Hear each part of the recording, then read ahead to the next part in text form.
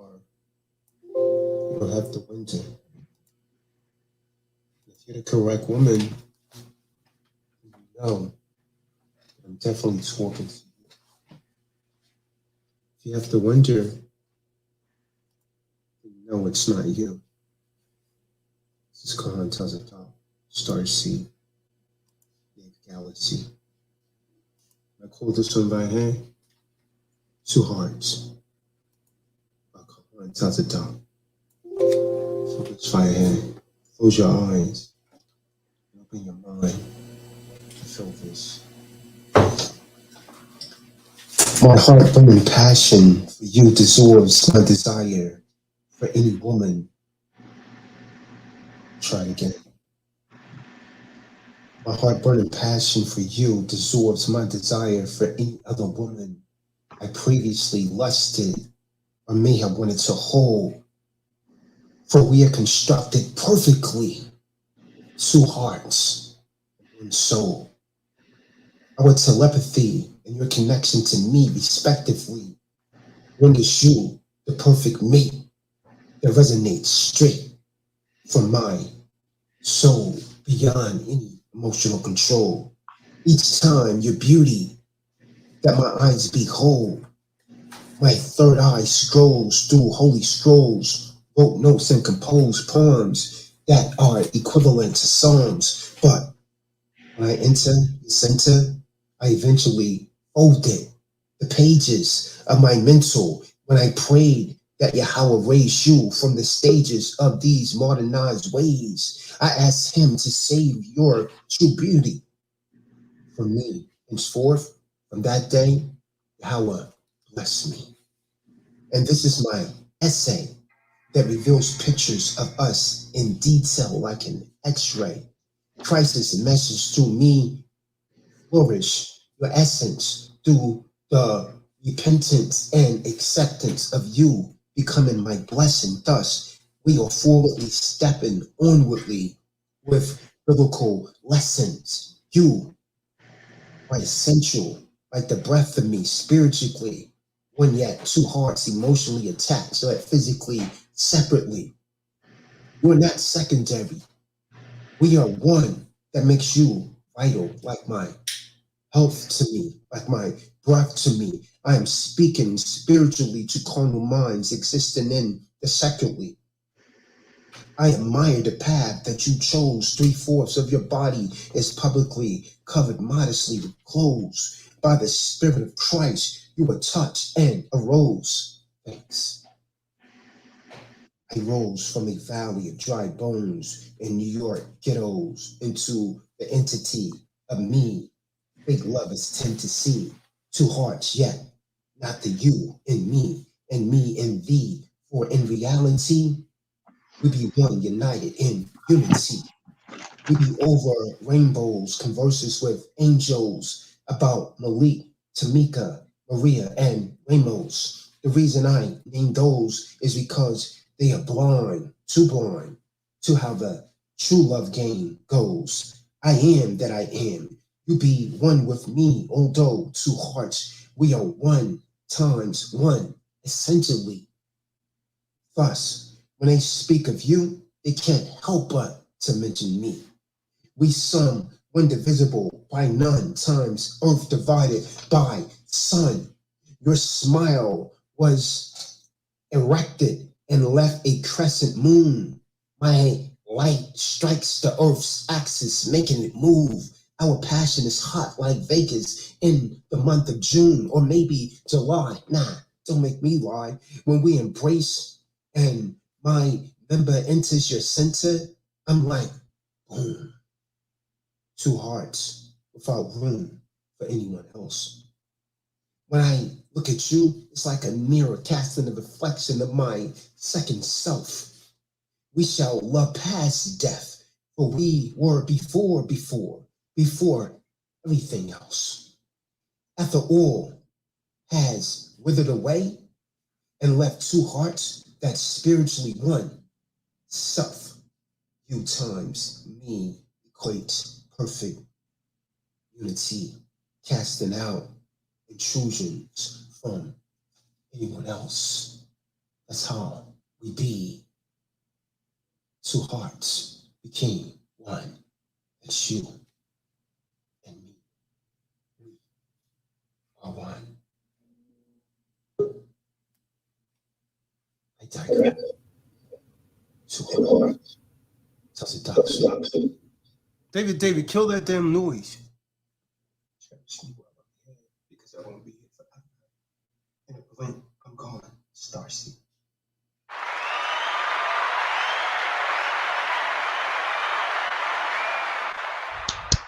Con, that's what's up.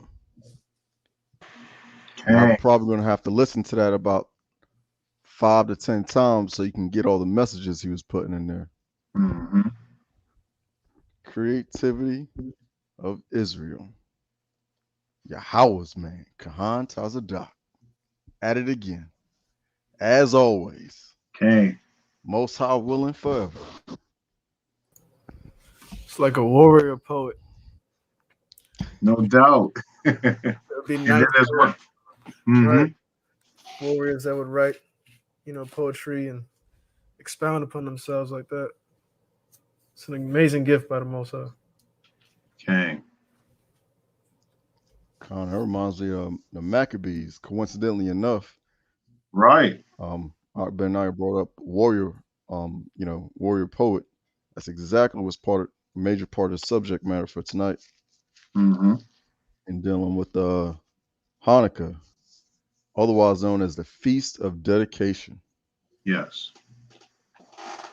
Well, first and foremost, all praises due to the Most High. Yahweh, Ba'ashem, Yahweh Shah, in our Savior's name, Mashiach Yahweh Shah. All right. So tonight, the Kahan has so bestowed and blessed myself and the Moreh Ali to go ahead and lead this Bible lesson. Yes. Khan Moreh Ali, you got anything before we go ahead and get started? No, I just want to say, brothers, it's just a blessing to be here once again on one of these high holy days with you, brothers, to go ahead and speak upon Hanukkah. I have always heard about it, and just as you just said, Brother General Yashabeam, he's bestowed this duty to us to bring some knowledge to the table concerning Hanukkah. And I'm not too familiar with it, but just the stuff that I'm reading about those Maccabees, man, I mean, my goodness, brothers. It's very interesting. So I'm definitely looking forward to see what in fact we can reiterate here once again, because once again this is part of our history that has been redacted. So a lot of things I'm looking forward are going to come out tonight and find out why in fact it's been hidden from us, because I mean, my goodness, this is supposed to be what we're supposed to have been rocking, not this dog and pony show that was going on yesterday with some turkey and with all that, whatever that was, Calm down. Khan, what you got, David, before we get started? If I have to do a apology, I should. You are the general. You are a supernatural person, and I am not. So I'm anxious to see what. Salaki, I don't accept that, David. You may not be in your supernatural mindset, but we are all them persons, so to speak, in colloquial speech, if we are following these laws, statutes, and commandments. But go ahead. Dang, brother, tell him, General. He's not in real life. He'll do the same thing to you in real life. So anyway, I want to hear what I want to hear at the end of this matter. What with you, people? Thank you, my people. Con. Daryl Thornhill. Shabbat Shalom. You got anything before we get started, Daryl? Shabbat Shalom, TDOC. Shabbat Shalom. Yeah, we got the message from the Kahan there in a poetic stance, and you know, it's, you know, it's coming straight from the word. So, you know, that's something to take and live by. So yeah, this Hanukkah and the Maccabees, I'm looking forward to this lesson tonight, and hopefully everyone on the YouTube channel can take something from it and get some understanding. This word is coming back into the world and is putting all the pieces together. And we need people like the Kahan, General Yashabeam, and all the members of TDOC who are helping get this word out. That being said, I'm ready to get started. Benaya, Shabbat Shalom, what you got before we get started, Art? You have anything? Shabbat Shalom, Akim. So, seen another Shabbat. This time we're going to be going over Hanukkah and why we should be celebrating these high holy days instead of the man-made ones that they force down your throats and on your face on the TV screens and stuff like that. So if you're watching this live or, you know, after the stream is over, hope you gather something that you could spread and tell your family members the truth, because that's the only thing that's going to withstand all the ignorance out there. It's the only thing that's going to wash it all away. So just excited to rehash the history behind Hanukkah and preach this truth. That's all it is. Okay. Khan. Kahan, Yeah, I'm gonna go ahead and get started if all is well. Yeah, all is well. Go ahead, King. Khan. All right, so also to the audience out there, Shabbat Shalom. I see we got someone that knows a little bit of the holy tongue, Jacob Wake Up. He says Shalom Mishpachah, which is, you know, peace or hello family.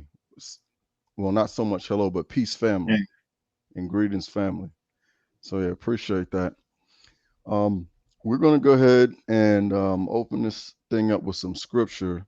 So for me, and I pray that through the spirit of Mashiach Yahushua and the power of our Father, Supreme Elohim Yahweh, that you guys really get, really get the message tonight.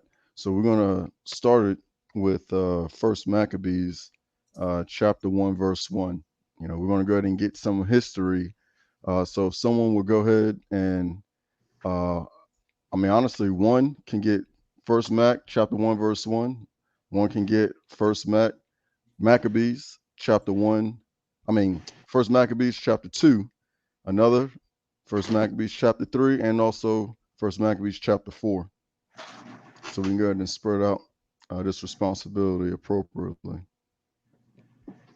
All right. So just while the brothers are getting that, I'm gonna go ahead and go into a little bit of history, so that way you guys can know what's going on. The Feast of Dedication, otherwise known as Hanukkah, Kahan is brought out. Listen and pay attention. Khan is brought out many times, and if you guys have read it for yourself, then you should feel and see the same things that's about to be brought out. Feast of Dedication was put into place during the time of the Maccabees after the desolation of the Most High's holy temple took place. All right, so very similar to today's time. Folks are being turned away from the Most High. We see it all the time, every day. But who has that First Maccabees chapter 1, verse 1? Khan. Okay. All right, you can go ahead. You can go ahead, anyone, you can start reading it. First Mac, chapter 1, verse 1. All the way out. This is definitely necessary. Daryl, you go ahead and get it. Chapter 1, verse 1. Khan, this is the book of First Maccabees, chapter 1, verse 1.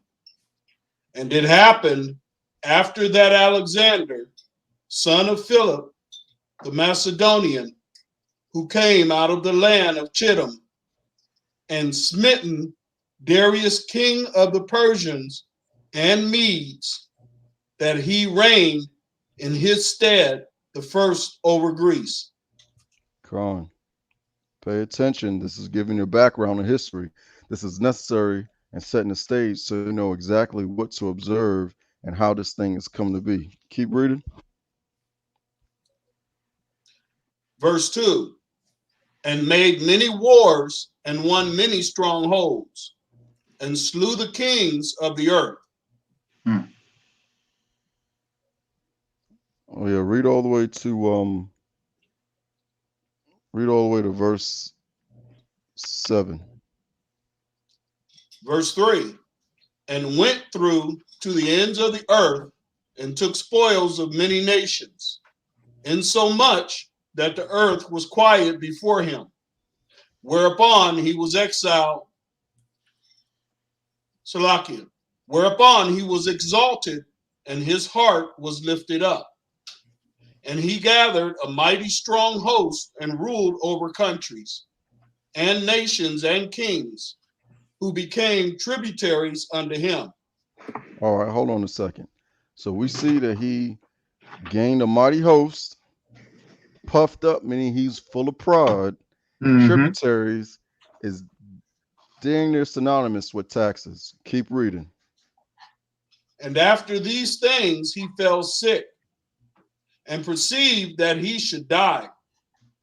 Verse 6, wherefore he called his servants, such as were honorable and had been brought up with him from his youth, and parted his kingdom among them while he was yet alive. Verse 7, so Alexander reigned 12 years and then died. All right, so we have a ruler in our history that went through and basically trying to conquer the earth for the most part. All right. Now, Actually, he did. You know, he was actually the third world umpire. Khan. Yeah, he did conquer. He was actually one of the youngest rulers ever to rule the earth. He died at a young age, and when he died, his kingdom, and it's in the scriptures that his kingdom divided into 4 different kingdoms. It was 4 different generals, and they was ruling the world. But Salakia, Oh no, that's Khan. No, that's all good. All right. So right now we go. So this, to back up what the Kaham was saying, that he had folks rule in his stead, and they put crowns upon their own head. That was well, Daryl, you can keep reading. That's in verse 9. Go ahead, skip down to verse 9.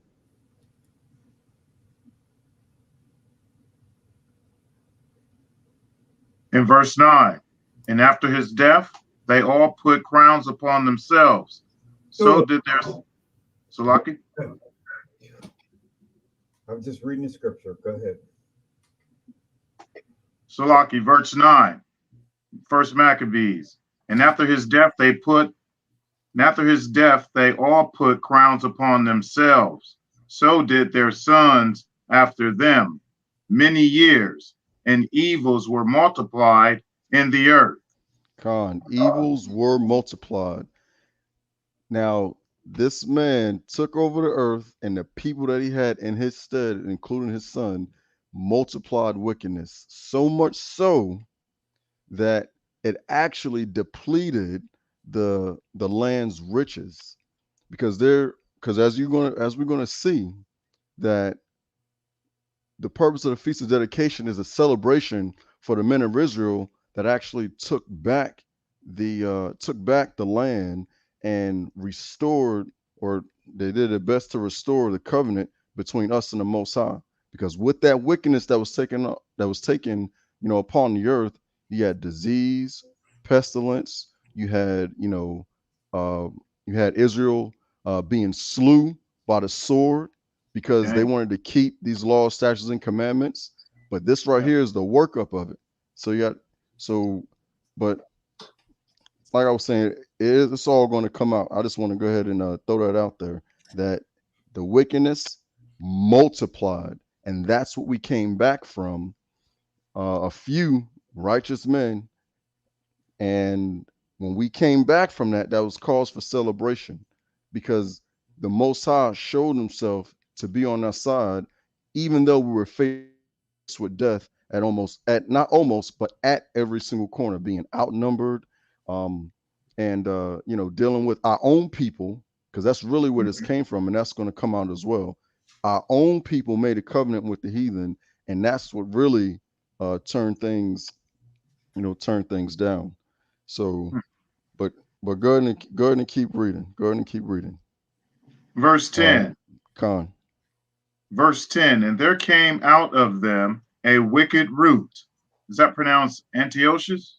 Yes. Yes. Come on. The worst of them all. Antiochus. Okay, surnamed Ephanes, son of Antiochus the king, who had been a hostage at Rome, and he reigned in the 137th year of the kingdom of the Greeks. Verse 11. Khan, in verse 11, this is what's going to come out about our people making a covenant with the heathen. A lot of folks do that right now, trying to turn you away from these laws, statutes, and commandments. This is the original. This isn't the first time it happened in the history, but this is one of the last times that was a turning point that caused this feast day to take place. Go ahead, keep reading. Verse 11. Verse 11. In those days went there out of Israel wicked men, who persuaded many, saying, let us... Wicked men. Wicked men. Let us go and make a covenant with the heathen that are round about us. For since we departed from them, we have had much sorrow. Verse 12. Okay, pause right quick. So right here, everybody sees it. There are people that are among us that look like us, walk like us, and talk like us, but they are not about the Most High's work.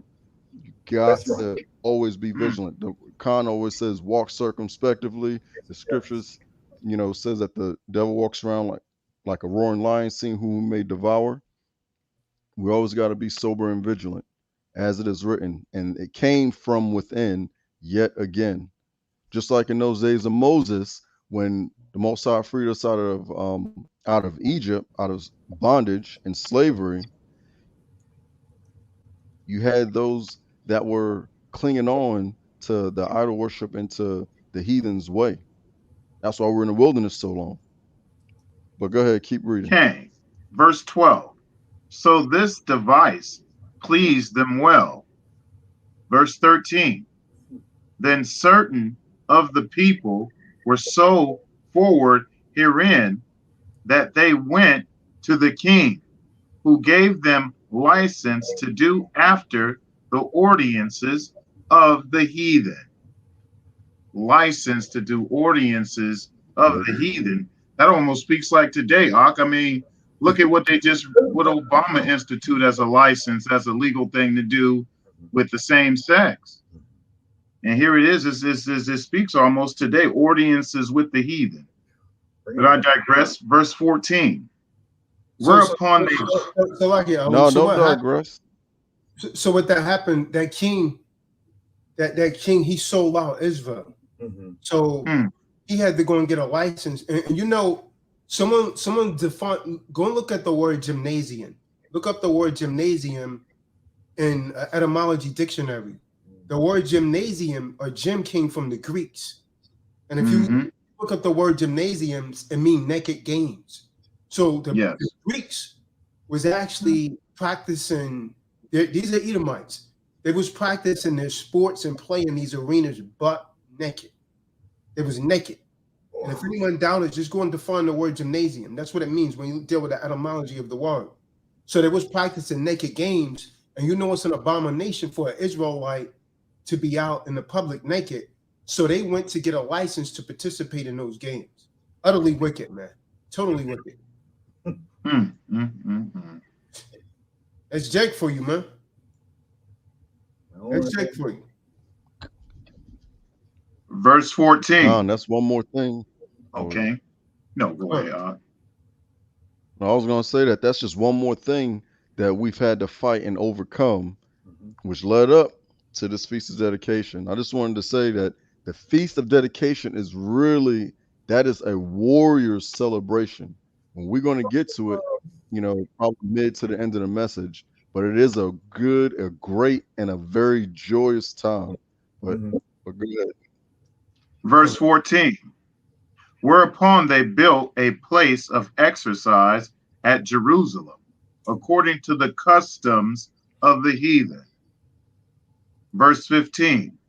And made themselves uncircumcised, and forsook the holy covenant, and joined themselves to the heathen, and they were sold to do mischief.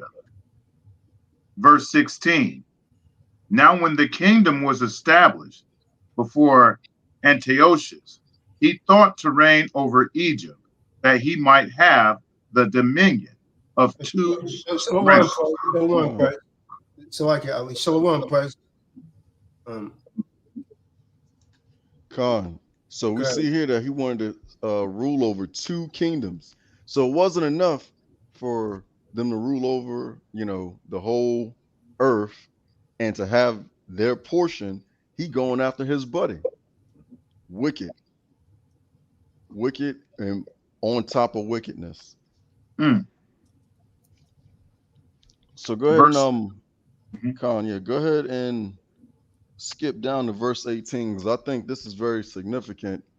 That the Ptolemy was in charge of Egypt, and the fact that if he would have, now that's the way the scriptures read, Ptolemy was afraid of him, of Antiochus. So if he would have sent if Antiochus would have sent a stern letter, no blood would have to been shed. But again, this is in Esau's nature. You see what I'm saying? Good. And it was unnecessary, but he could have had an even better kingdom, if he'd have just combined them. But hey, all praise to the Most High. We end up getting the victory in the end. Go ahead and skip down to verse 18. Verse 18. And made war against Ptolemy, king of Egypt. But Ptolemy was afraid of him and fled. And many were wounded to death.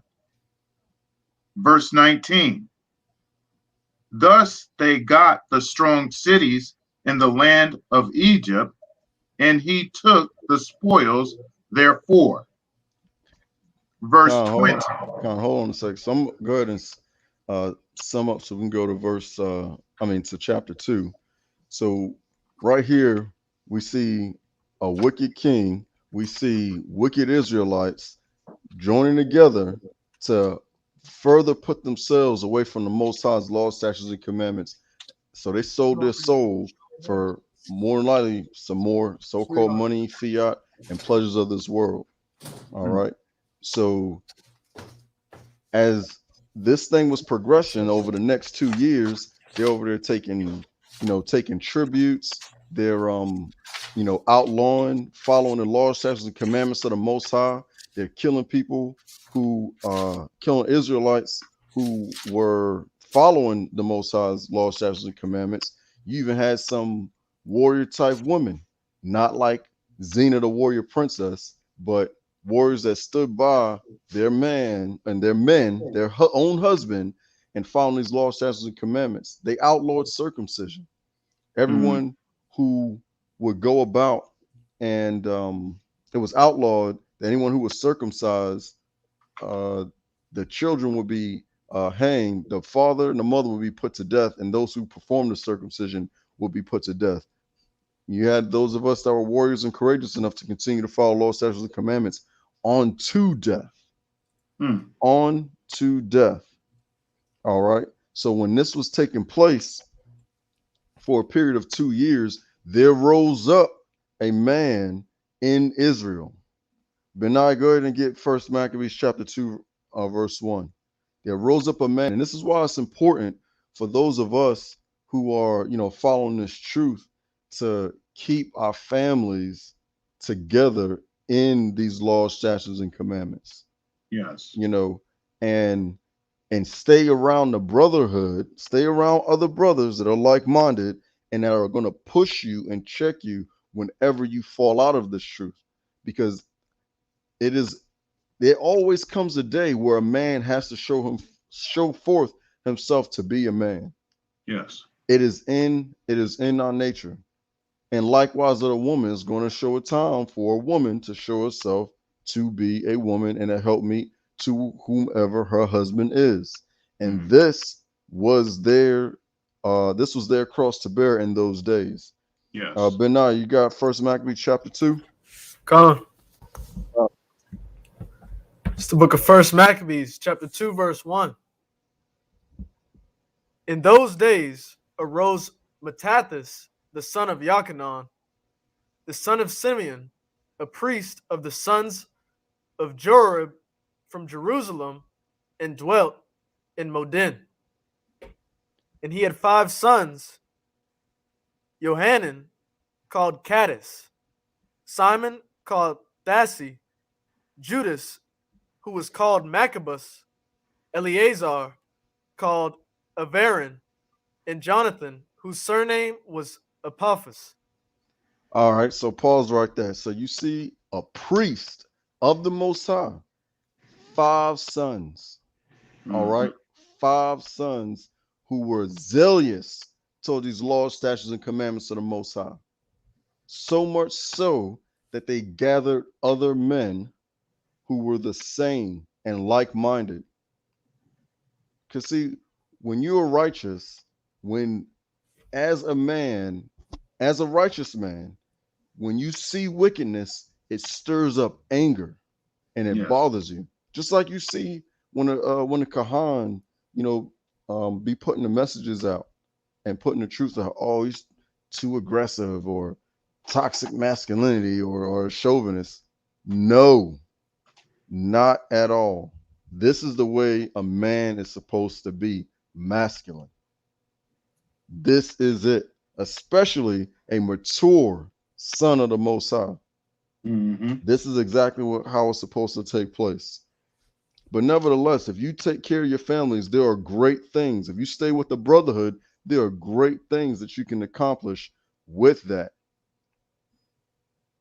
And you're about to see with the messages that the Khan's been bringing out for years now. You're about to see, what some of the results are. Yes. Go ahead, keep reading out. Come on. And when he saw the blasphemies that were committed in Judah and Jerusalem, he said, "Woe is me! Wherefore I was born to see the misery of my people and of the holy city, and to dwell there, when I was delivered into the hand of the enemy, and the sanctuary into the hand of strangers." Khan, so let me go ahead and break that down real quick. He said, destruction is me, or I am destroyed. Why have I been born to see this misery of my people and of the set apart city? I mean, you have to really personalize that thing to see. And they were given into the hands of the enemy. So been delivered from persecution, to be delivered from slavery, because they're hearing and they reading these stories, and it's being passed on from generations, from the time of Egypt past the time of Mashiach Yahushua to now. Why has this come to take place? Go ahead, keep reading. Verse 8. Come on, verse 8. Her temple is become as a man without glory. Her glorious vessels are carried away into captivity. Her infants are slain in the streets. There you go. Come on. All those ones that were circumcised, that they gave license and mandated that no one be circumcised, that was the result. Her young men with the sword of the enemy. Verse 10. What nation hath not had a part in her kingdom and gotten of her spoils? So he's asking right here, which nation has not raped, pillaged, and took advantage of the Most High's people? They don't answer it because it's a rhetorical question, because every single one of them have had us in captivity at one time or another. Mm-hmm. Come on, keep reading.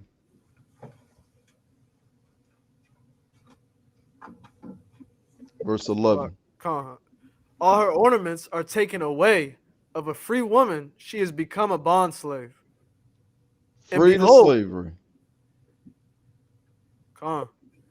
And behold, our sanctuary, even our beauty and our glory, is laid waste, and the Gentiles have profaned it. To what end, therefore, shall we live any longer? Go ahead. So pause right there.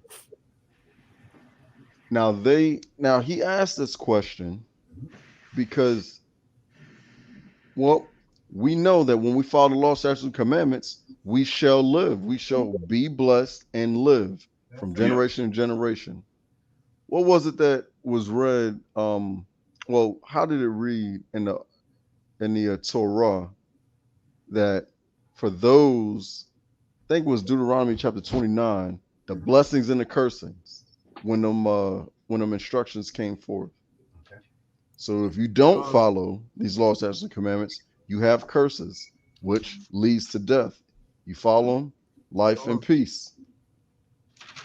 So that's why he posed the question, to what end, therefore, shall we live any longer? What reason? Because he already knows what's the result of what's taking place.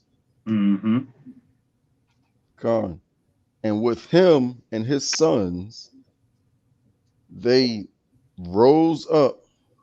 They rose up and with the Spirit of the Most High reminded themselves of every single time the Most High delivered them from out of captivity, them and their forefathers, and they used that energy, that those the word of the Most High, that adrenaline, and they kept it and they held on to that thing for every single battle. Okay. The father had his purpose.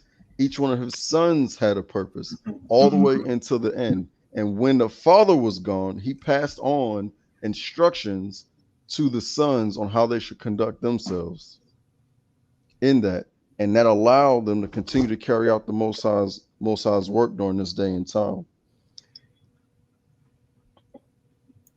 So go down to verse 22, because that shows that that courageousness, that you got 1 million people jumping off the ledge.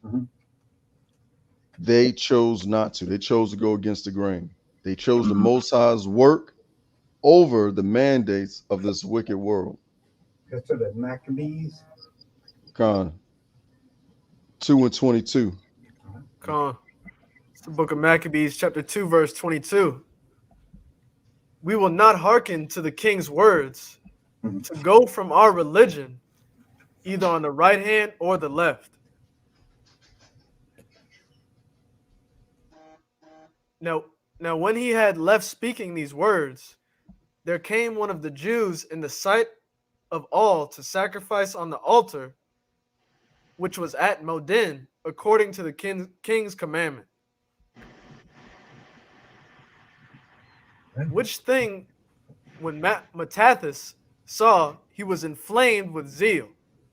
And there it go. And his reins trembled, neither could he forbear to show his anger according to judgment. Wherefore he ran and slew him upon the altar. Boom. Not all skin folk are kin folk. Some folks are going to try you. And hey, that guy did not like, you see the priests of the Most High you know what I'm saying, reminding us of the word, and you just gonna blatantly do something the opposite right in front of him, he probably gave him an evil eye too. Death and destruction unto you. Every single one of you. To know that which is right and to purposely do wrong, it is sin, and sin bring forth death.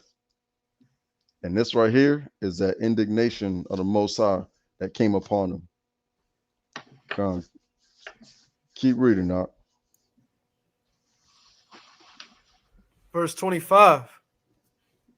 Also, the king's commissioner, who compelled men to sacrifice, he killed at that time, and the altar he pulled down. Thus dealt he zealously for the law of Yahweh, like as Phinehas did unto Zambri, the son of Salam. Verse 27. And Mattathias cried out to the city, throughout the city, Salak, with a loud voice, saying, what was that? No, I was like, yeah, here we go. He's calling out to you. Every time the Kahan gets on these messages, and he is calling out to the nation of Israel. This is the same type of thing. It's the same type of thing. I mean, y'all. It is my belief and opinion that if you have an opportunity to listen to a new message each week, that is the Most High's grace upon your life. Yes. It's dang on change. And to at least give enough respect and curiosity to these words and to the reading of these scriptures to go see it for yourself. That's it. Just see it for yourself. Because there's a reason why you're here. There is a reason. And at this time, this was the reason why these brothers were here. Calling out. But now you go ahead and keep reading, not Salah. Come on. And Mattathias cried out throughout the city with a loud voice, saying, whosoever is zealous of the law and maintaineth the covenant, let him follow me. There you go. Throughout the city. The city isn't just one square block. He said it, he did it over and over and over again until he reached every single part of the city. Yes. As it's prophesied, was it prophesied, Ali, that when the Savior's going to return, when this word gets preached, where at? Throughout this whole earth. Yes. Throughout this whole earth. Every knee shall bow, every tongue shall confess. That Yahweh's child is. Go on. So when this took place, the king saw fit to send a small group to quell the rebellion, and like Kahan brought out, greatly underestimated the people. And you know how Esau works, they talk real softly, make promises and that type of thing, but as soon as you turn your back or you agree with them and let them in, they fall upon you to get rid of you and take your place. That's further down, and what verse was that? Keep reading, Benaiah. Keep reading. It's coming up. Yeah, it's coming. Verse 28, I believe it is. Come on. Yeah, it's coming up. Come on. So he and his sons fled into the mountains and left all that ever they had in the city. Then many that sought after justice and judgment went down into the wilderness to dwell there, both they and their children and their wives and their cattle, because afflictions increased sore upon them. So they're being persecuted. So where it's at, it's in it starts at verse 33. But up until that point, you had Esau, they knew what they were doing. So they came upon us when on the Most High's Shabbat to try to make war with us, because they knew that in order for us to keep the Shabbat, not supposed to be no arguing, no fighting, so on and so forth. So they thought they'd take advantage and capitalize upon that. Which it did work one time. But now go ahead and skip down to verse 33. Bring it up. And this is when they was trying to speak soft words to try to get them to convince to come to the other side and forsake the Most High. Verse 33. And they said unto them, let that which ye have done hitherto suffice. Meaning, let that be enough. What you did before, just let that stay there where it's at, and it's all good. Keep reading. Come forth and do according to the commandment of the king, and ye shall live. So what happened to Daryl? He fell out? It looks like it. Wasn't he in here earlier? Yes, he was. I think he fell out. Yeah, all right. Might be having a connection problem, I guess. All right, go ahead, brother. So Verse 34.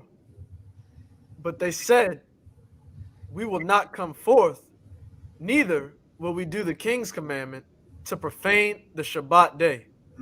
So they're trying to provoke him. See that, Ali? Yes. Trying to provoke him into with their own lives to profane the Most High's day.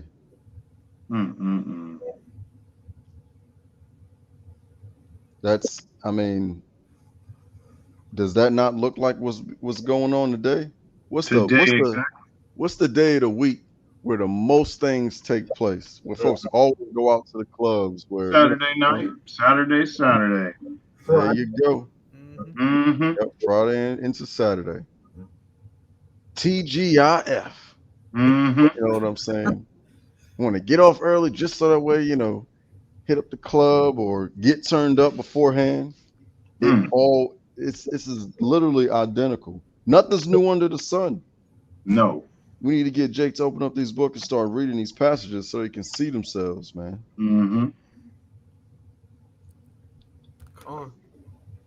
That's where it all starts, a knowledge of who you really are, a knowledge of self. Once you get that, then you can move forward. And they resolved, they resolved in their minds that, they're not going to break the Shabbat. So much so on to death. Skip down to verse 38. I'm gonna read verse 37. Let's start at that. But said, let us die all in our innocency. Heaven and earth will testify for us that ye put us to death wrongfully. Verse 38. So they rose up against them in battle on the Shabbat, and they slew them with their wives and children and their cattle to the number of 1,000 people. Now check this out. So this is how much these folks had their minds made up. Unto death, the men, the women, and the children. All right. But as a good, general and man of the Most High, had to use wisdom. So 1,000 folks fled. So they make a decision. Hey, we can't keep going on like this. Otherwise, we're going to be taken up out of the earth. And here's another example of the Shabbat is made for man, not man for the Shabbat. When you got something going on, you do what you need to do, but this is not something that you're going to make a habit of. Have a time, place, purpose, and right. And then dead it, then dead that thing. It is not meet to break the Shabbat. They did it unto death. So, all praises, and, they're used as an example in the scriptures, but it's not the Most High's will for you to give up your life unto death for for no reason, not without a fight. That's right. Not without a fight. Shalom, Daryl. Looks like you keep falling out, man. I guess you're having those connection issues again. He's back. Con, I'll jump right back in. Con. So then we have further down here, you got instead of Jake fixing themselves, you know, you got some of us or some of them that join even stronger onto the heathen to fight against us, that were trying to take take back the land, take back the temple, and to follow these laws, statutes, and commandments. And you know what's so funny about this thing? I think I brought it up already, but when this thing got out of control for Antiochus, he set in his mind that, okay, now I'm going to crush them after losing so many times in the wilderness. Now that these people or these men are making a name for themselves throughout my kingdom, so to speak, and, you know, making me look like a fool and scaring the men, he had it in his mind to give the soldiers a year's worth of wages and just to be ready whenever I say to march out. Yes. Get a year's pay in advance. Like he really had that. Like he had in his mind, okay, this, now I'm going to do it. By that time, it was too late. It was too late. Too late. And why? Because when he went to go check his bank account, so to speak, when he went to go check his accounts, he ain't have enough money to do that. The tributes went down to almost zero, Ali. Wow. Almost zero. He ain't have enough. It failed. Because the fact that he increased the wickedness amongst the land, right, and desolated these places and killed the Most High's people, he had nothing to live off of anymore. They don't kill to help. Yeah. They don't get it. Stupid. Yeah. See, that's what pride does, man. You make stupid mistakes. He couldn't. Oh, I think it reads that he couldn't be as generous and give as good gifts anymore. Wow. You know what I'm saying? Like it just amazes me that we haven't learned from that. We got brothers that do that today in business. We do that. We have brothers that come and, instead of, building a brotherhood, they get one little piece of a thing. Oh, you think you made away, with a couple $100? You think you made away with about $600? You think you made away with a free trip or a free hotel? There's a whole lot more the Most High would have given you, for you to be in charge over, versus you getting some remedy one time and then, you fleeing the scene, and now, you got to come back months or years later, still calling the Kahan for help after stabbing him in the back. He's preaching good. Woe unto you. If you stayed in these scriptures, you would have seen that was an error from the beginning. You would have seen that was an error from its inception. Just be real. Yes. Just be real about it. Have you ever seen anything like that, Ali? You have folks take advantage of people. Oh, yes. All the time, instead of just being patient. But it's good that them brothers, they exposed themselves like that, because so much more could have been lost with that type of deception. You see, not a lot of these brothers got that blood of those Maccabees. Those Maccabees stood up and fought for what they believed in. They fought for their home. This is truly a day of dedication, and the fact that we're still moving on one accord here with Kahan Tazadaq leading the way. I'm very thankful that the panel is still sticking together. There'll always be those pretenders, but praise the Most High, they always seem to expose themselves a little too early. So much more could have been lost, because this is just the beginning of something great. So all they have to do is just stay tuned, huh? They just have to stay tuned, brother. General Yashabeam, just be themselves. Be 100. There's nothing like a new person that says something about the book of Maccabees There's nothing like that. Mm-hmm. So this is the right place for me. I'm staying. I'm not leaving. Con. We need more men like the brothers here, more men like them, because this is truly history repeating itself as I'm coming into the knowledge of this. It seems as if the righteous ones done signed a deed with the heathens to do exactly what the heathens are doing. That's exactly what's happening today. I mean, with these heathen pagan practices that's taking place, we're not supposed to be about that. How many of these melanated people then sit up there and ate that swine on that day and getting ready to eat some more swine? I mean, my goodness, brother, it's truly history repeating itself again. We've really taken over. A lot of them have taken a heathen mindset, heathenistic practices, and for what? It doesn't say anything in that Bible about Thanksgiving or this Christmas coming up. Matter of fact, in Jeremiah chapter 10, 1 through 5, it say don't put that thing up and deck it with silver and gold. Exactly. I mean, that's blunt and right in their face. But woe unto the pastors that scatter the sheep. You won't find any of those pastors on this channel. We're not scattering the sheep. You know, praise the Most High. We're trying to get them all back together, shock them back into their right conscientious minds. The Most High's blessing. No same pastors got blood on their hands for leading these people astray like that. Yes, indeed, brother. Yes, indeed.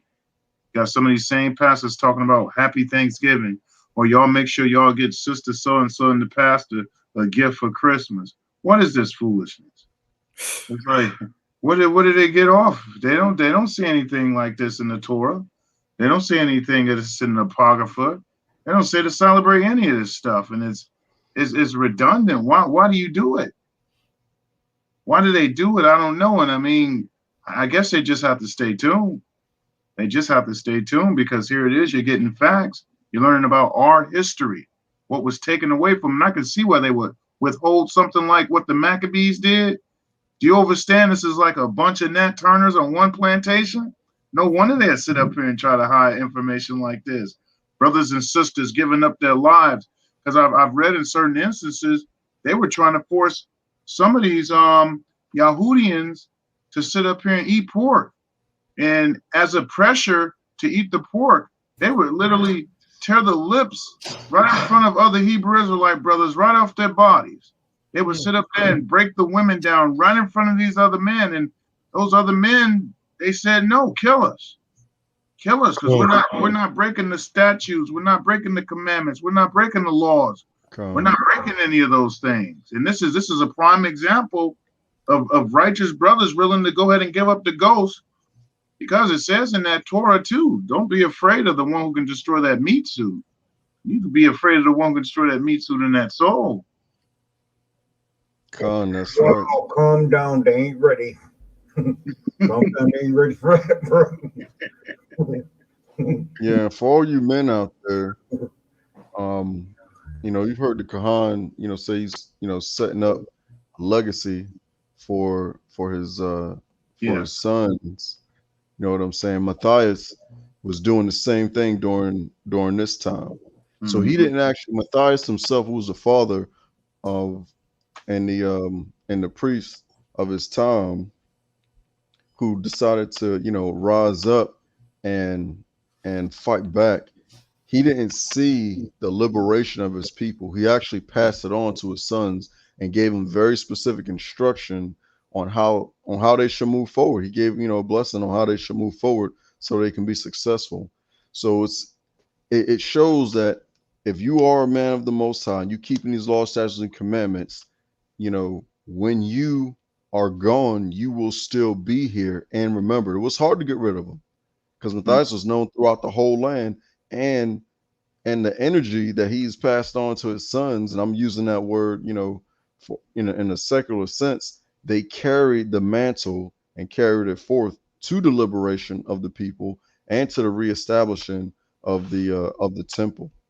And that's what you know, basically was taking place at the end of verse 2. Matthias saw that, you know, that he's, you know, not going to be here very long. He called his son, gave each one of them instructions based on their talents and what you see, you know, based on their spirits. based on their spirit and their talents on how they should move forward, and they carried that thing out to the T or even greater. And even greater, because go ahead and skip to chapter 3. They were outnumbered a many a times. Like Khan brought out like 60,000, you know, and they were able to outsmart them and outmaneuver them because they had knowledge of the land, and they were witty. They were witty and they were wise. Right, you know, they took hold of the battles that took place during David's time that was in them scriptures. Mm-hmm. They took hold, and they took the confidence and the spirit of the Most High of them being faced up against the Pharaoh and the Red Sea, and the Most High making a way for them. They took that with them. They took it to the point of they didn't even know if they were going to live through it, but basically Most High willing, you know, in layman's terms, if it be your will, you know, so let it be done. And the Most High has delivered them at every single stance. At every single one. Like he's 100-400. Come on, undefeated. Yeah, like undefeated. Maybe that's why it's written in the book of Joshua or Yahushua Nun. Be strong and of a good courage. Yes. You know, because it's a winning battle. It's not easy, because they could have easily fled when they saw they was outnumbered 5-1. Wow. They could have easily fled and based on this, you know, secular and worldly logic, you know, they would, but that's not how the Most Highs work. Yeah. It doesn't matter whether it's a full army or a small number. The victory belongs to the Most High, and that's how you gotta stay humble and keep it right there, and you're gonna win every time. You get the spoils, Most High gets the glory. Keep it moving. That's right. Play your position. They did it perfectly. You just wish that everybody could do that, but they don't. It's just giving us to do that. So we just have to understand it's just us who's going to do that. So sorry.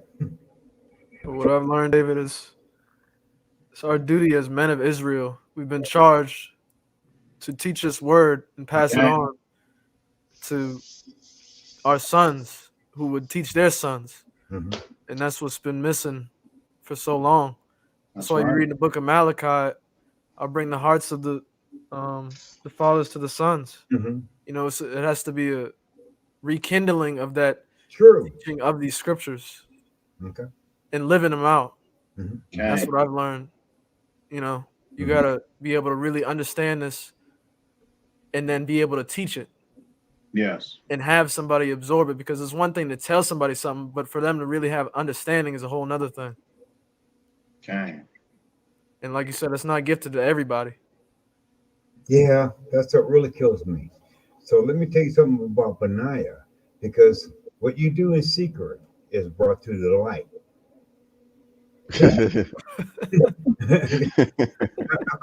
Now calm down. Oh, David is in the spirit, huh? I guess so. I love God. There we go. And he's overwhelming. So, but let me tell you something about Benaiah. He showed up in a supermarket, like a Walmart or something. I don't know. So you go to a Walmart and see if you do this. He showed up. There was like 4 girls. They were just there. Hey, hold on a second, man. Hold on. Let's stay in the spirit, David. Okay.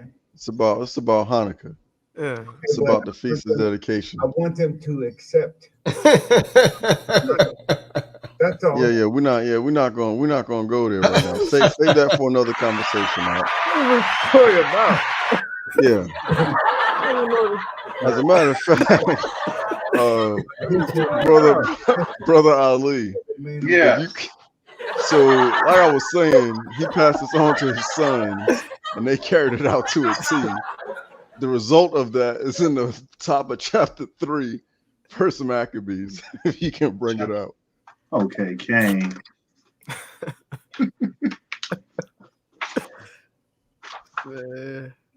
Con.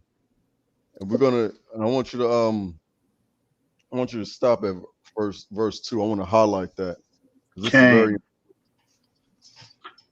Third Maccabees, chapter 3, verse 1. Then his son Judas, called Maccabeus, rose up in his stead. Con, keep going. Verse 2.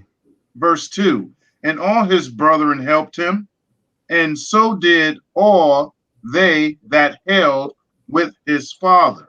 Can I interject for a second here? So it's talking about when Matthias passed into the spiritual world, his son Judah Maccabee rode up in his stead, right? So he took over. And so this begins what was known as the Maccabean revolt, right? So the Maccabean revolt is when the Maccabees started fighting back and retaliating because everyone else was actually conforming to the way of the Greeks, right? And so the Maccabees said that they would rather die instead of reform to the Greeks. And so essentially, this is how Masada comes into play. Anyone knows what Masada is? Was that the on the hill where they had It was a mountain. Yeah, it was a mountain that the Greeks kept trying to get off, and they was holding them off. Okay.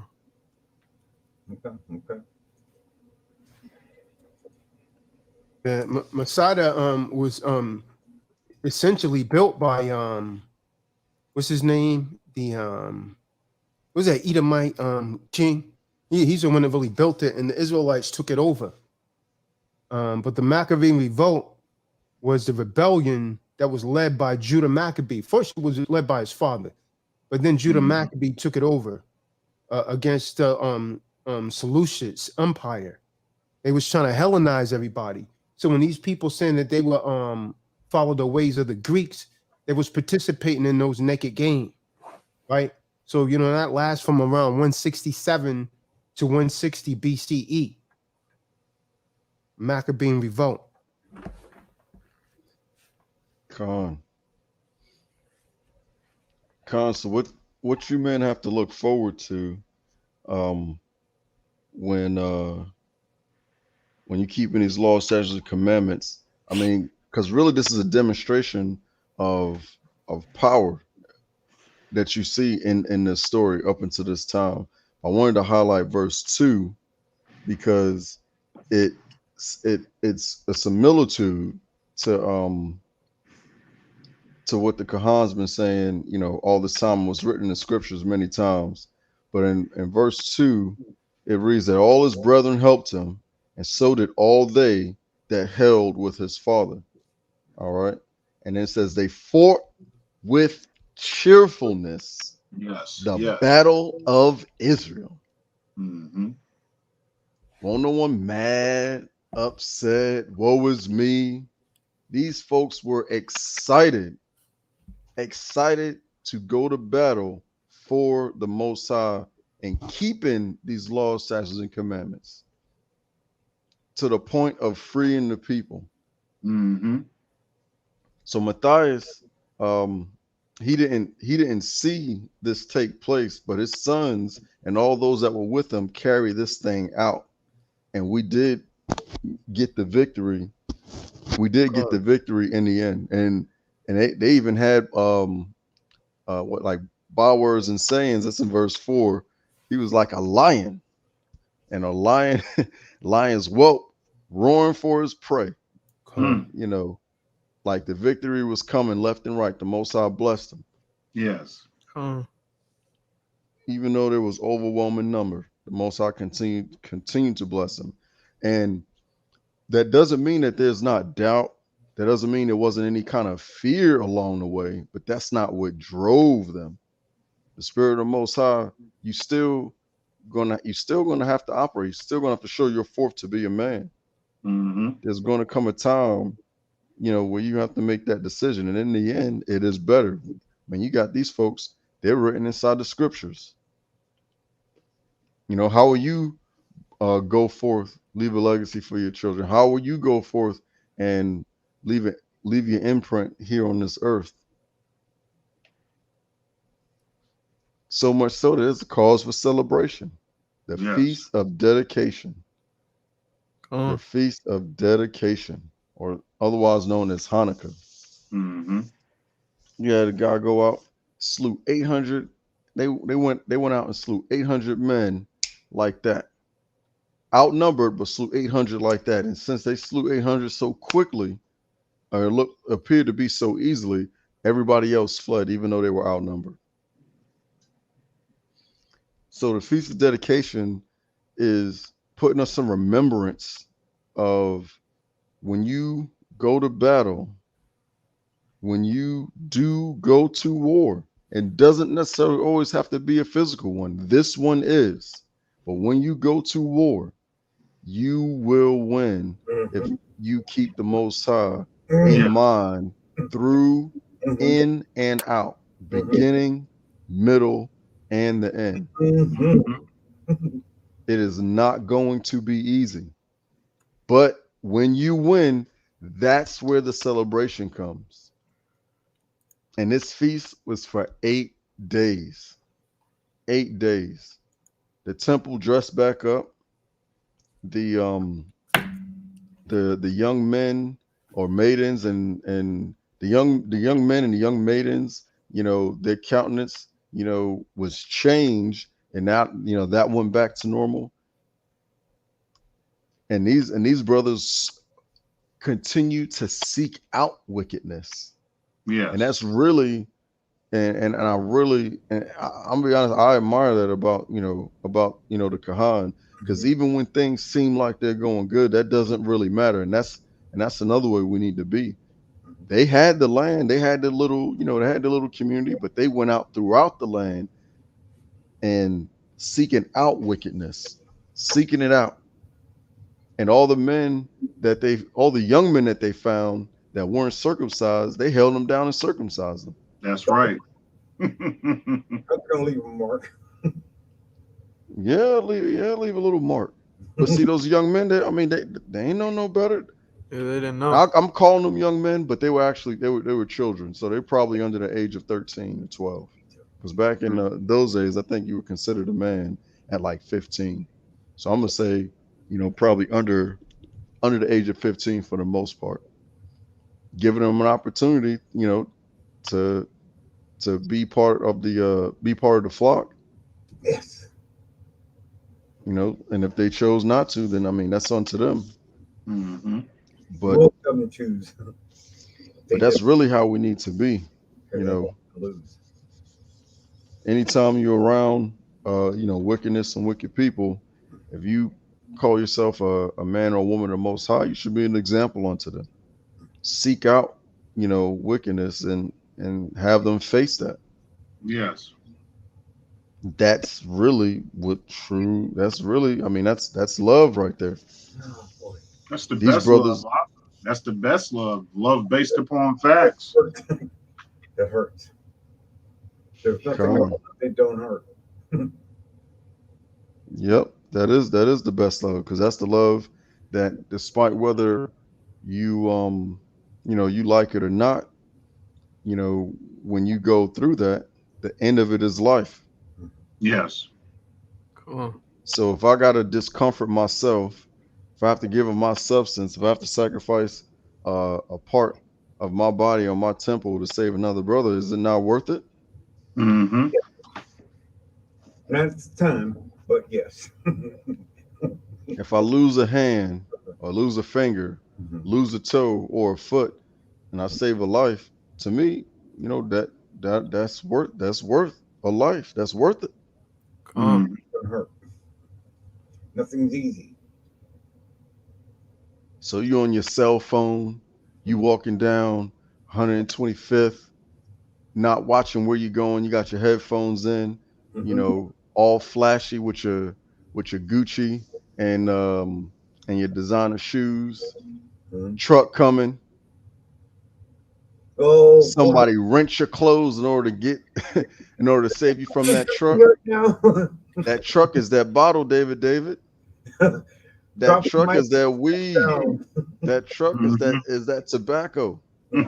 That truck is that gluttony. That truck is that lying. When I saw Right. that truck, I didn't That have truck nothing. is that stealing. That almost ran me over. Like it's really that serious. Yes, it is. Because this right here that we're reading was a workup. This didn't just happen over the matter of a day or even 1 or 2 years. You had a wicked man to rule 12 years. Mm-hmm. To me, that lets me know that the people were dumbed down during that time. Now it ain't in the scriptures, but I have nothing to compare it to but to what's going on modern day. A wicked man ruled the earth for 12 years, and the people that came after them just stepped it up a notch. Yeah, We can see every time that there's an election, everything's always getting stepped up a notch. Right. Every single election. Don't worry, General. Come on. You're one of God's people, so you'll be all right. But it's not about me, David. What? It's not about me. Well, It's about us. But what Yahweh does is He uses the Holy Spirit, and we look at something, but we don't have to stay where we're looking. He just like, what do you call this? What do you call this? Yeah, he's that way. Maccabees, Hanukkah. Yeah. Stay on topic, David. Let's keep it on the Hanukkah, King. Elder. Go on. So 12 years you had a wicked man rule the earth, and everyone that came behind him just stepped the wickedness up a notch. So much so that people were being slain for not following the laws, statutes, and commandments. You had the Maccabees, from the father to the sons. They all had a position, they all had a role, and carried this thing out. And they won against odds that would make anyone flee. It made the enemies flee. And they kept this feast for 8 days. That's over in chapter 4. That's First Maccabees chapter 4, and that is at the end of the chapter, verse 56.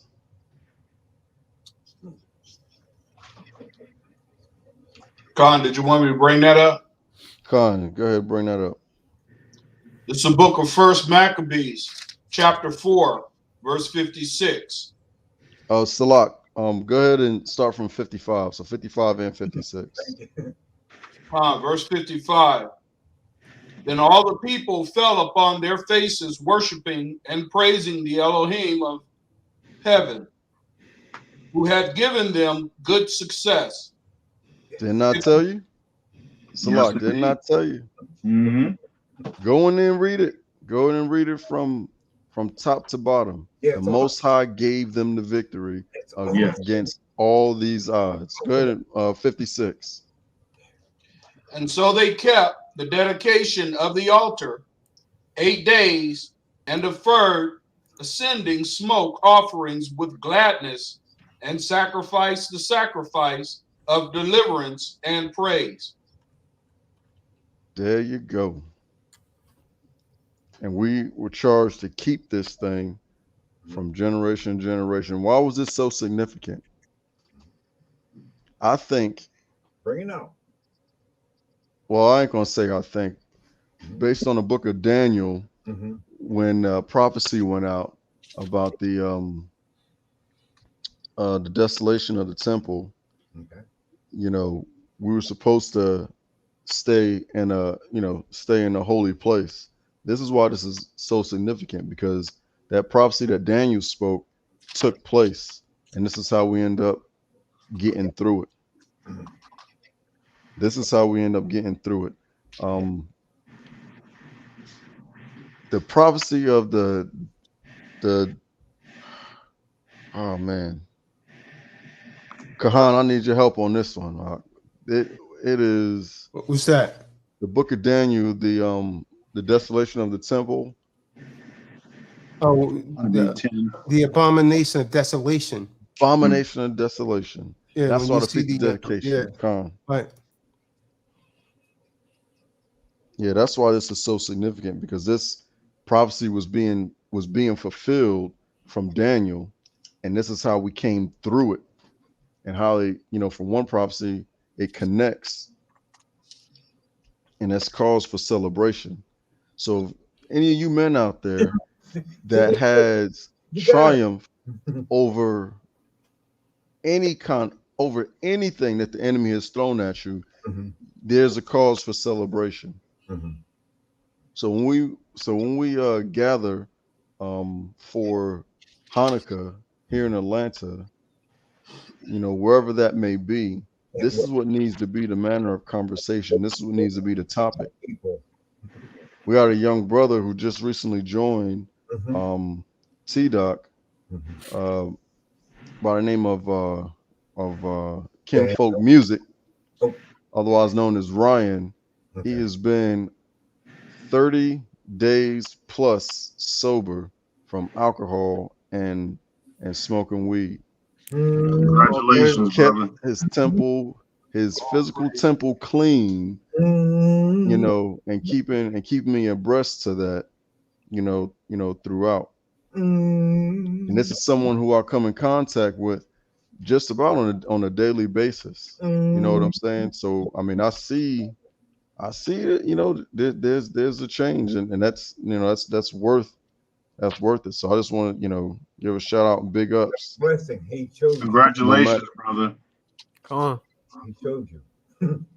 Connor, anybody else out there, if you've made a choice to make a change, to follow these laws, statutes, and commandments, any victory is worth celebrating, so that way you continue to be motivated and driven to stay in the number, stay in that 144, so to speak.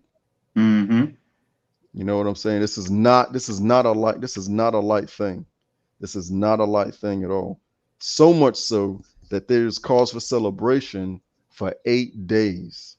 8 days of brothers, mandatory to brothers gathering and eating and making merry. You see what I'm saying? So throughout the year, any kind of small victories, or so to speak, small victories, I'm not even going to call them small. Go on to break They're victories Go on. that add up to you being that mature son. There are victories to you being a mature son and adding to the number, bringing folks in the fold, passing on to your sons and daughters, being that perfect man that Job was, that Enoch was, that Elisha, end up being, and that Yahushua was. Yahushua of Yahushua Mashiach was. And we're charged to have and do even greater works than he. So that time is coming. He took 12.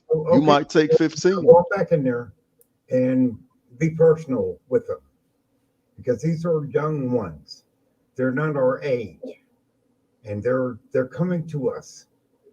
So you have to break it down. You have to make it personal. Come on, you could do it. Real quick, can someone get the just want to cover what Yashabeam was talking about real quick. Can someone get the book of Matthew, 24 verse 15 through 16? Oh yeah. The book of Matthew. That's it, Yoel, chapter 24, verse 15. When ye therefore shall see the abomination of desolation spoken of by Daniel the prophet, stand in the holy place. Whoso readeth, let him understand. So that Then, means, go ahead. Verse 16, then let them which be in Judea flee into the mountains. Yeah, come. So that's an allegorical. So that's an allegorical scripture.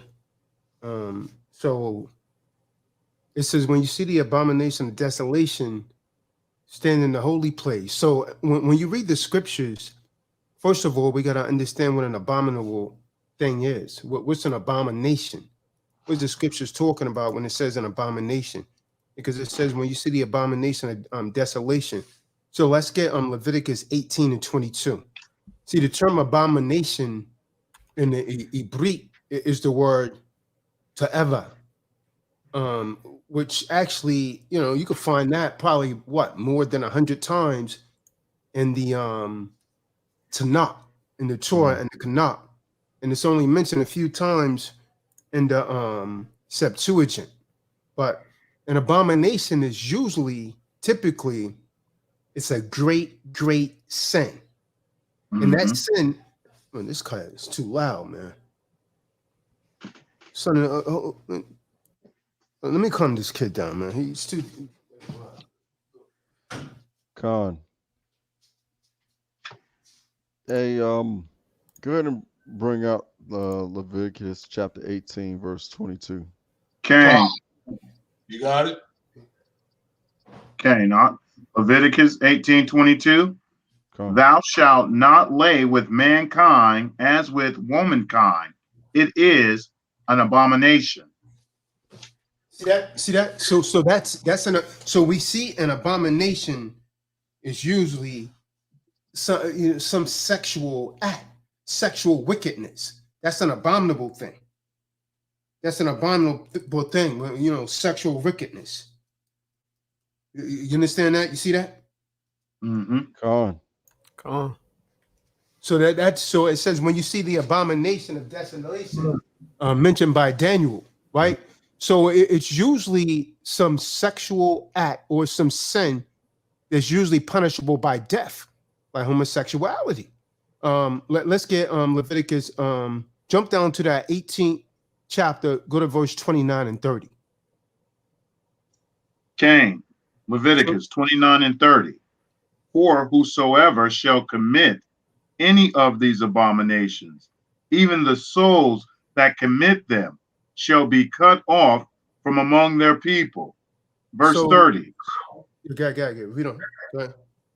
Therefore shall you keep my ordinance, that ye commit not any one of these abominable customs.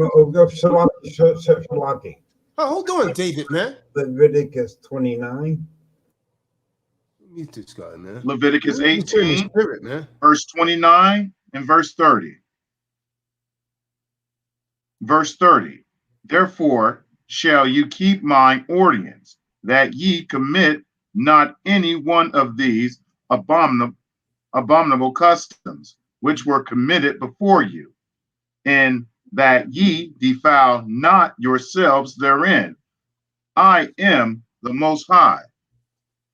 So as we can see, hey, David, I'm going to remove David. What's that background noise coming from, man?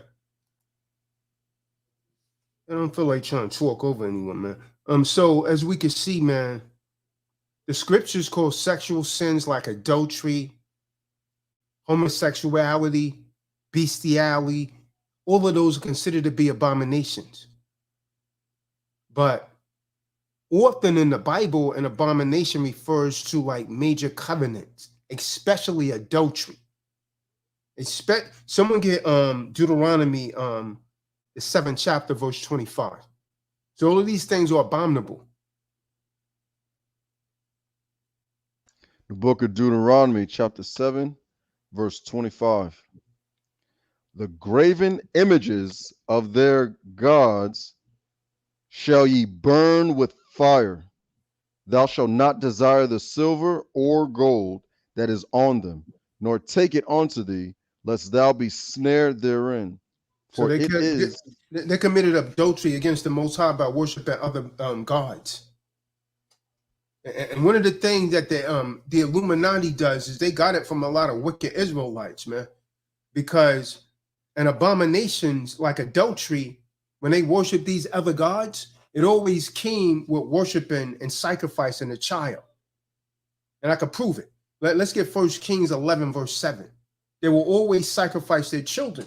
This is why these these people do with these illuministic figures, and these people into the I don't want to say certain names. I don't want to get the channel flagged, but yeah, man, it usually always involved in sacrificing a child when they was worshiping these idol gods, and they're still doing it today in places like Bohemian Grove. Come on. Gang. It's Book of 1 Kings, chapter 11, verse 7. Then did Solomon build an high place for Chemosh, the abomination of Moab. See that? The Moab is the so-called Chinese. So he was worshiping their gods. That's why the Most High took the throne away from him. Go to 2 Kings 23 and 13.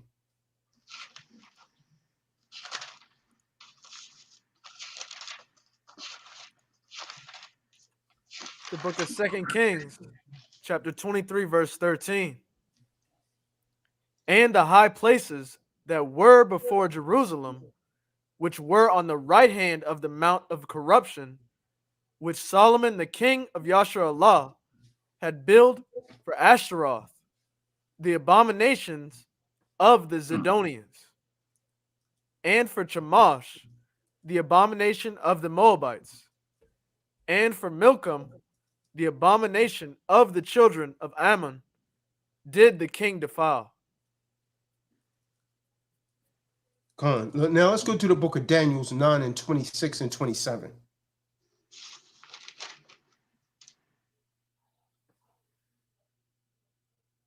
The book of Daniel, chapter 9, verses 26 and 27. And after 62 weeks shall Messiah be cut off, but not for himself.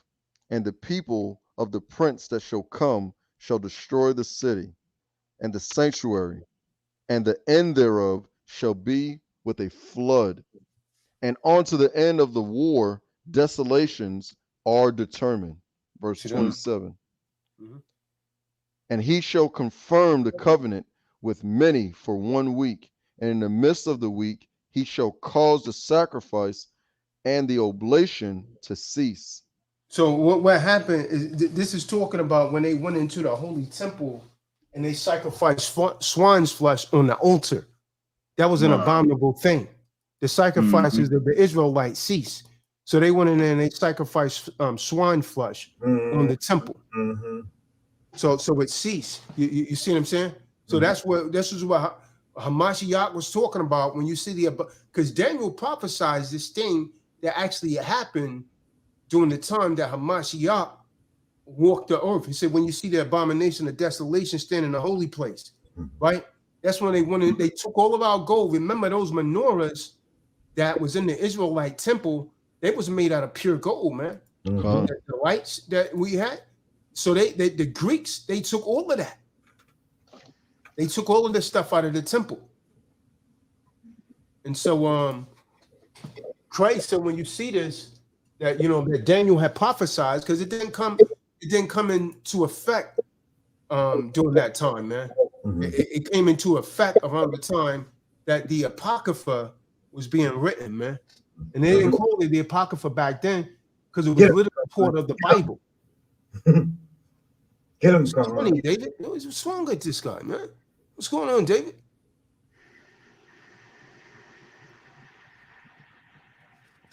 I don't know, man. I must have missed it.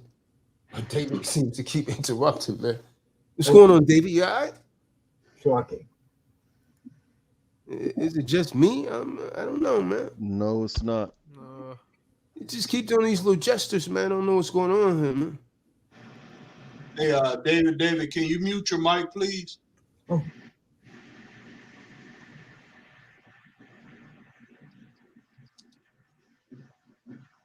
Come. Yeah, so I mean that's the abomination, a desolation that was actually being spoken of by Daniel, right? Hamashiach talked about in Matthew 24:15 through 16. So that you could read that through the book from Daniel's chapter 9 through 11 is when they did this. And then finally in 70 AD, The temple was destroyed as Hamashiach prophesied in the book of Luke. It was destroyed and was never rebuilt. It hasn't been rebuilt since then. It was never going to be built until New Jerusalem. Someone get Luke 21:24. Luke is talking about when you see Jerusalem surrounded by armies. Khan, the book of Luke chapter 21, verse 24. And they shall fall by the edge of the sword, and shall be led away captive into all nations. And Jerusalem shall be trodden down of the Gentiles until the times of the Gentiles be fulfilled. Now, what does that mean? Until the time of the Gentiles be fulfilled. What does that mean? It says Jerusalem will be trodden down by the Gentiles. That means the word Gentiles mean nations, that other nations. That means someone was actually going to go over there in Jerusalem and in Israel and refer to themselves as Israel until the time of the Gentiles be fulfilled. So that means they have a certain time in that land. And that could be further improved. You know what I mean? When we go to the book of Ezekiel 35, someone get Ezekiel 35 verse, I think 10, 35 and 10, when he's talking about these two nations, how they're going to overthrow these two nations. King, Ezekiel chapter. Yeah, go ahead. King, Ezekiel chapter 35, verse 10. Because thou hast said, these two nations and these two countries shall be mine, and we will possess it. And whereas the Most High was there.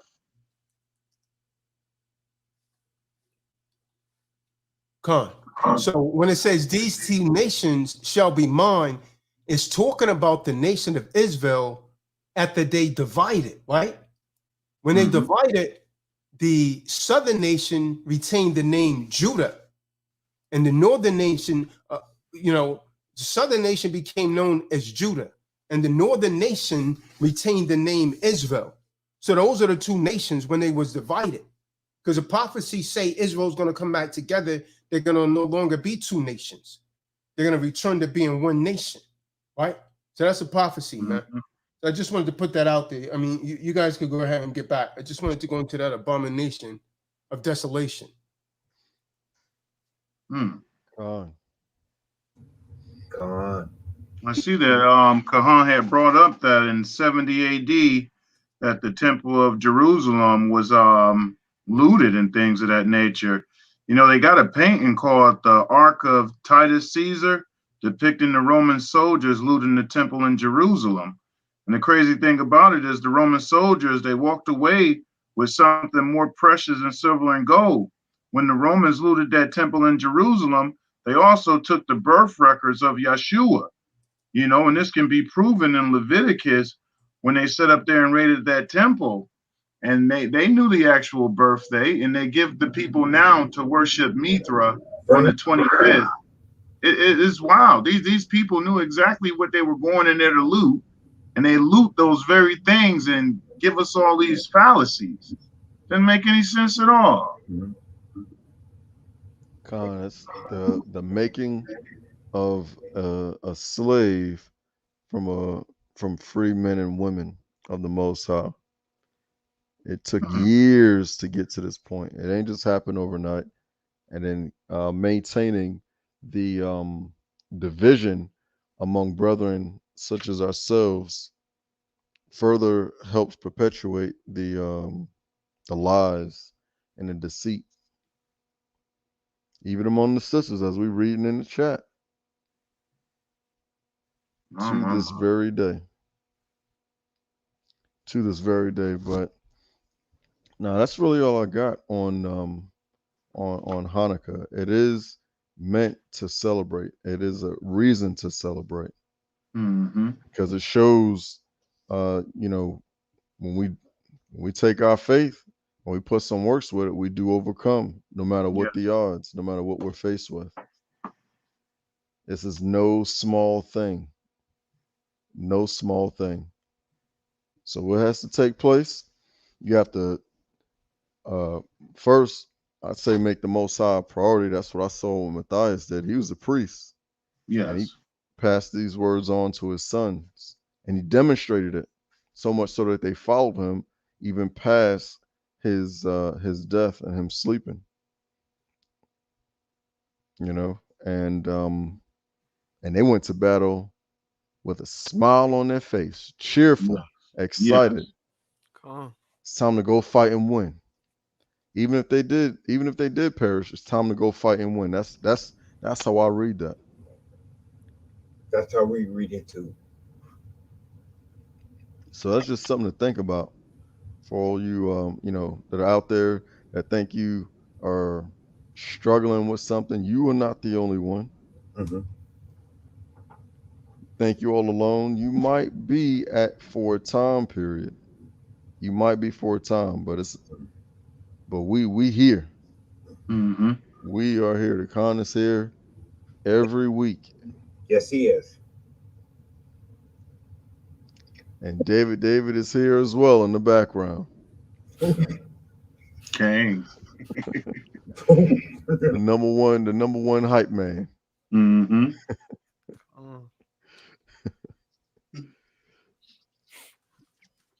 And I am here as well, most high willing. We are here at the people's need for direction and following these laws, statutes, and commandments. It's in the scriptures. Read the scriptures and come on the lessons. Learn how to win. You ain't going to get it in one message. We're not quite we're nothing actually like these other cults. We're not like any of these sects of denominations of so-called Christianity. We're actually called Nazarene. The word Christian, that actually was never even a thing during that time. We were called Nazarene.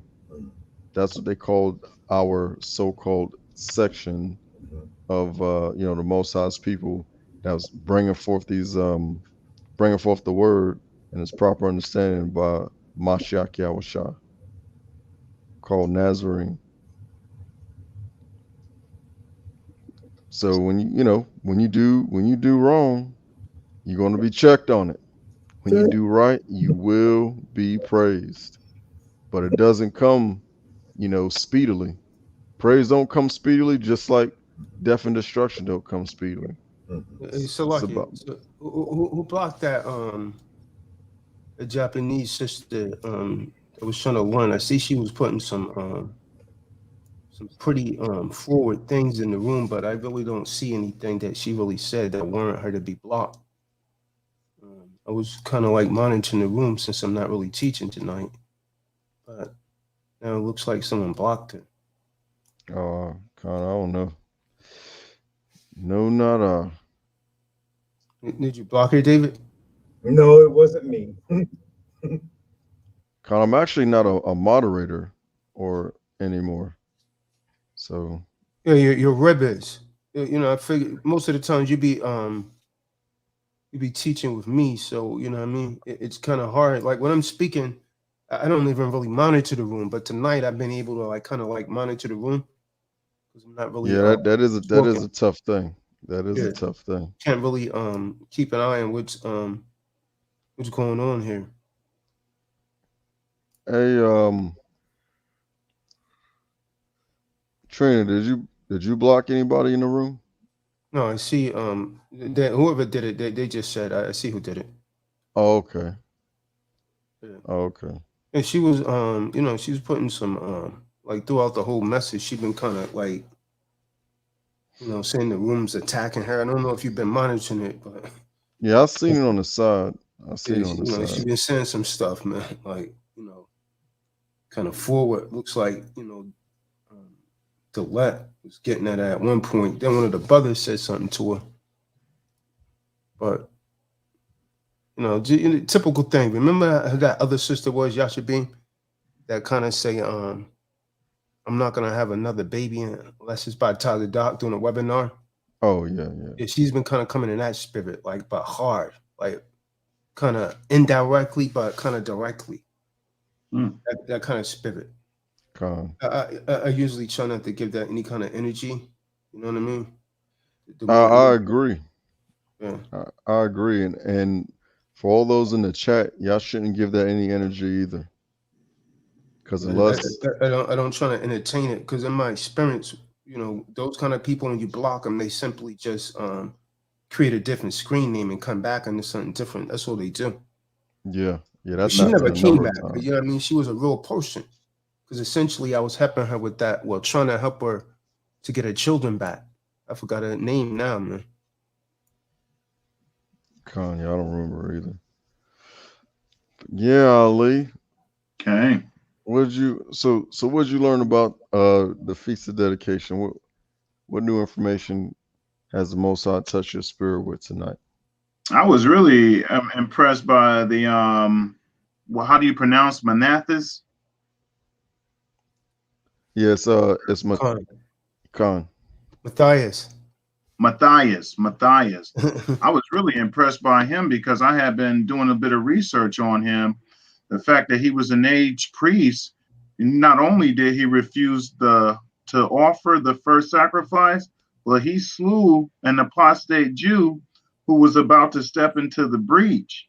And I was really just, moved by the dedications of his sons, because it says here that after he died, after charging his sons to give their lives for the ancestral faith and nominating Judas Maccabees as their leader in the holy campaign. It also says here the military genius of Judas made this the most stirring chapter in the Israelitish history. In quick succession, he overthrew the Syrian generals in Apulius, Sirion, and Gorgias. And after the regent Lyssa, he shared the same fate at the hands he restored the temple warships. So that's good to see that those brothers had actually still set up there and kept the Father's Creed by keeping up with the laws, statutes, and commandments of the forefathers, our forefathers. And then here it is, they say that they hastened back to Antioch in order to prevent a rival from seizing the regency. Mm-hmm. Now, Brother Kahan, in Antioch, was they for the Israelites or were they against the Israelites? Who was who for the Israelites? Antioch, because they said they hastened them back to Antioch in order to prevent a rival. Yeah, Antioch's is the location. It's just really Upper Syria. Mm-hmm. Yeah. Oh, okay. Yeah, it's just the location. But so what happened is there was an Israelite priest that sold out the Israelites. He's the one that went to Antiochus, and made a covenant with the heathens. So and that covenant was he stopped Israelites from getting circumcised, stopped them from participating in the feast days. And if you're an Israelite, the covenant is you have to be circumcised, because that's a representation of you being Israel. So he stopped all of that, and then he asked them to participate in the games naked. So he was committing abominations. And so that's when the Maccabees they rose up and they said, no, we'd rather die. We're not going to do this. So they had a revolt, and that was known as the Maccabean revolt. Mm-hmm.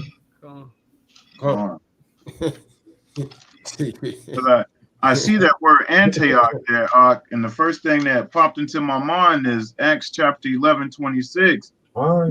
It is at Antioch. That's the first time that they were referred to as Christians. Mm-hmm.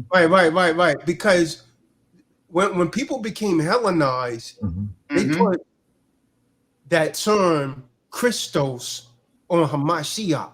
And they still calling him Christ, right? So, and they call the followers of Christ Christians, right? Christians Christ. Christians Christ from Christos. Christos, right? And so it said that's how true Christians was nothing but Israelites, because it says, and the Jews was first called Christians in Antioch, which is Upper Syria. So it's talking about the location when they was first called back, because Paul and his followers was followers of Hamashiach. And so the Hellenized people put those terms on them. Everybody started being Hellenized. That means they was following the Greco-Roman customs. Because remember, after the Greeks, then Rome came in. Rome came in and they overthrew the Greeks, and some of the Greeks merged, so they became known as the Greco-Roman Empire. Right. Wow. Yeah, this is not a fairy tale, y'all. This stuff actually took place. Right, that was the fourth world empire. Just come down with me. I'm trying to help you. Yeah, because I got that information out of Encyclopedia Britannica, copyright 1950. So you're right. This is our historical history right here. I just don't see why they didn't magnify this instead of giving us fallacies. Oh, well, that's easy. You can't empower the help because they're no longer going to want to be a help. They're going to be what they're meant to be, which are kings and priests, royal priesthood among this nation.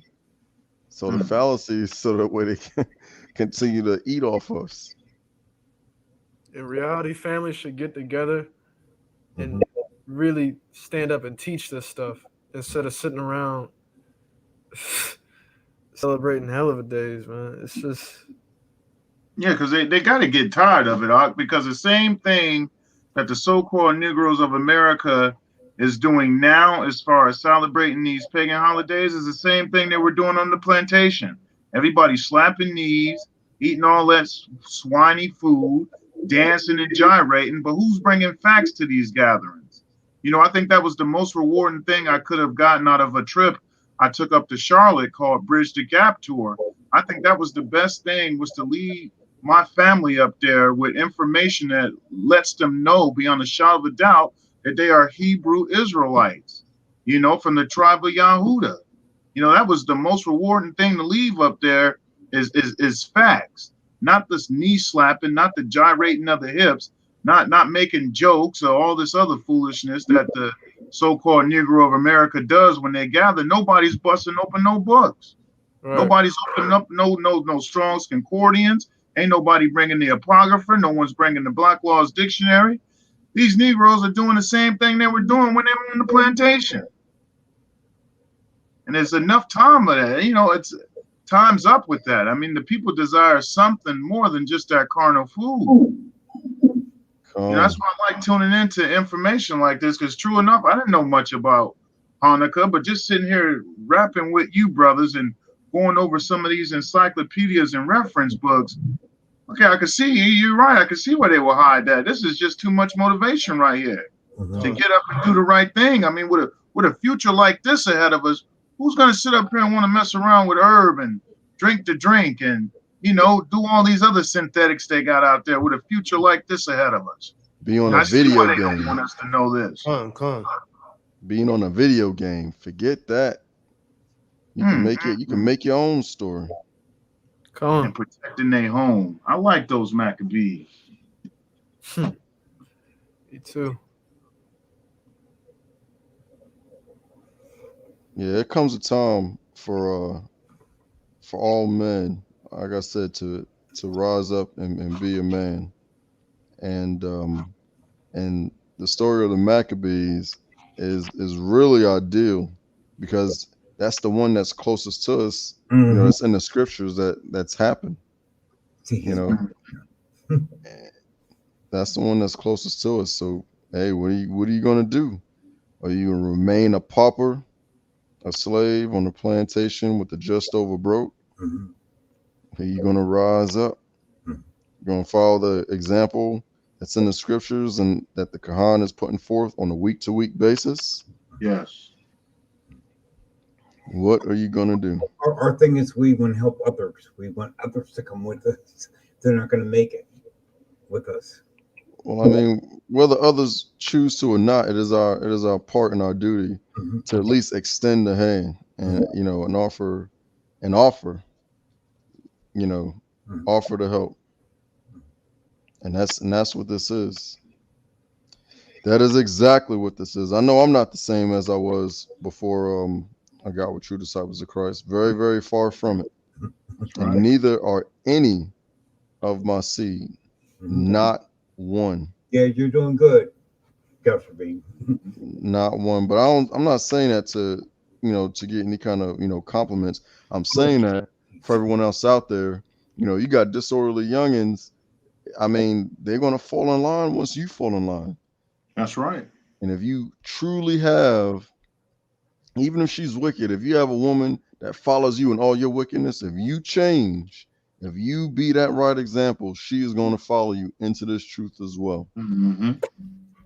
No ifs, ands, or buts about it, because it's in a woman's nature. That's right.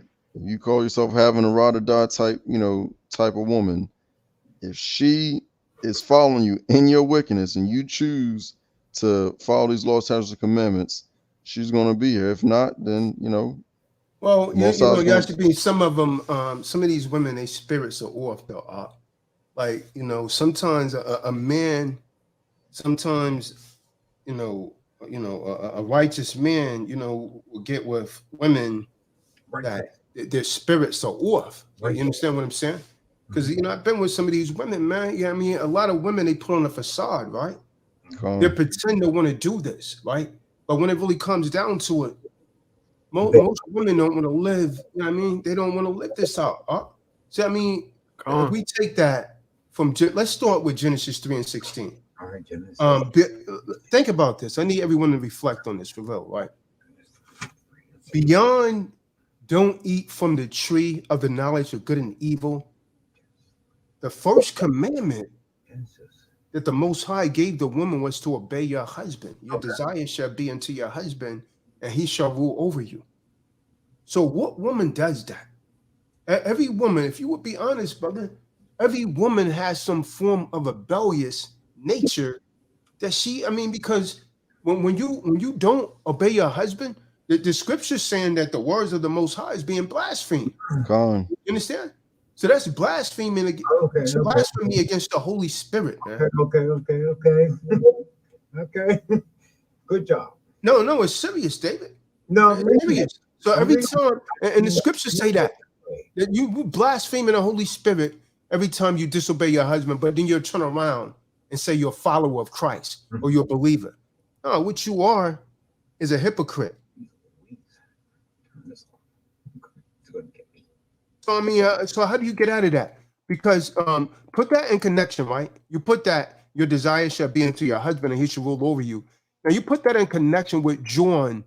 Someone get John 9:31. You put those two things in connection, and you tell me how anything when a woman gets on her knees and she's praying and she's not listening to her husband, the Most High don't hear her, man.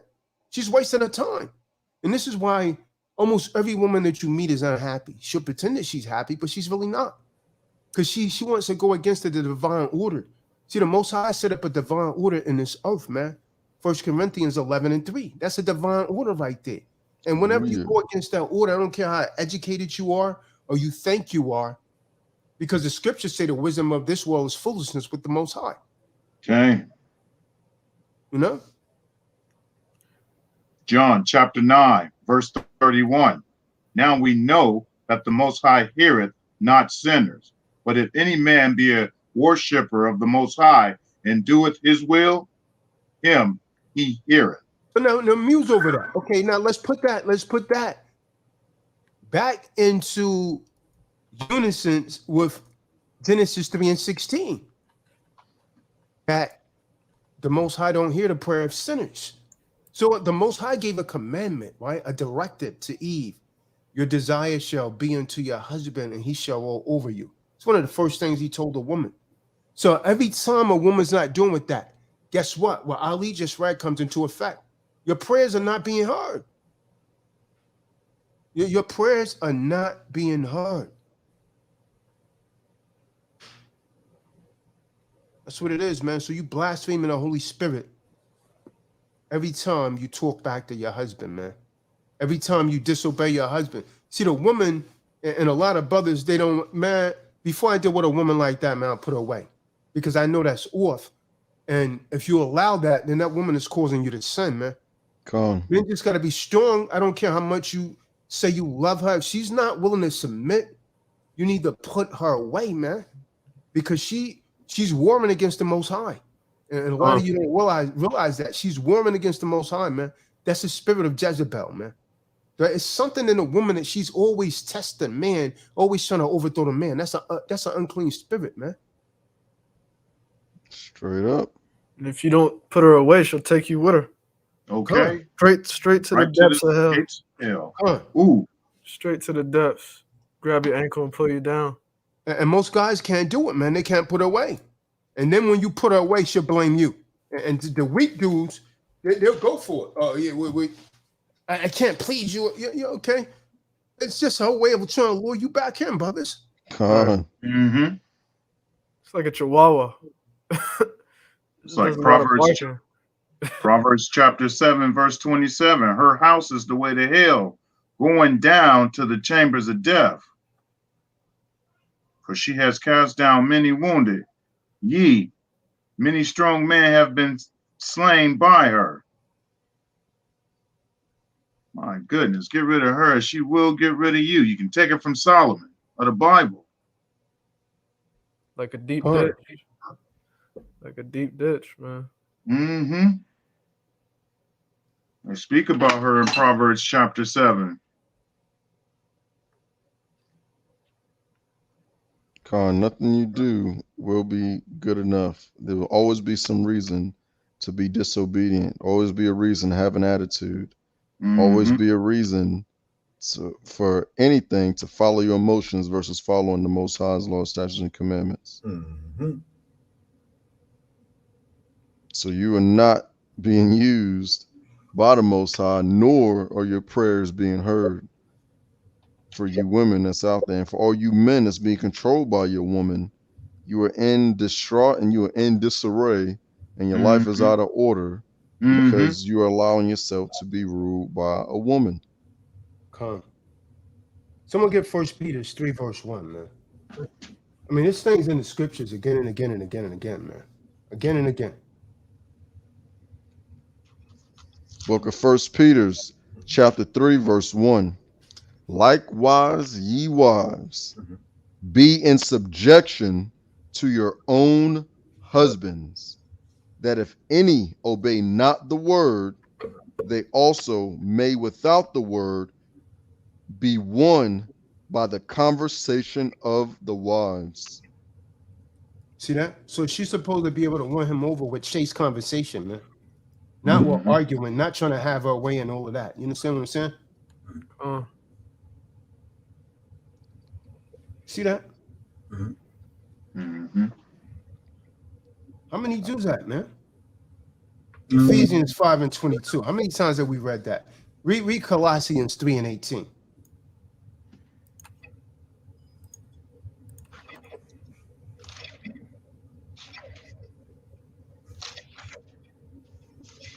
It's the book of Colossians, chapter 3, verse 18.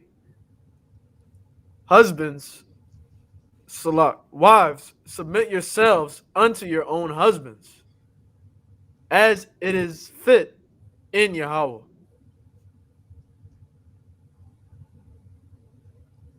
There you go. Now again, we're talking about a righteous man. What reason hath a woman to argue and be upset with a righteous man? A righteous man is taking care of his temple. Okay. A righteous man is taking care of his spirit. A righteous man is looking after the spirit and the souls of his household. A righteous man is providing. He is a producer, not only of substance, but of direction, of vision, of instruction, protection.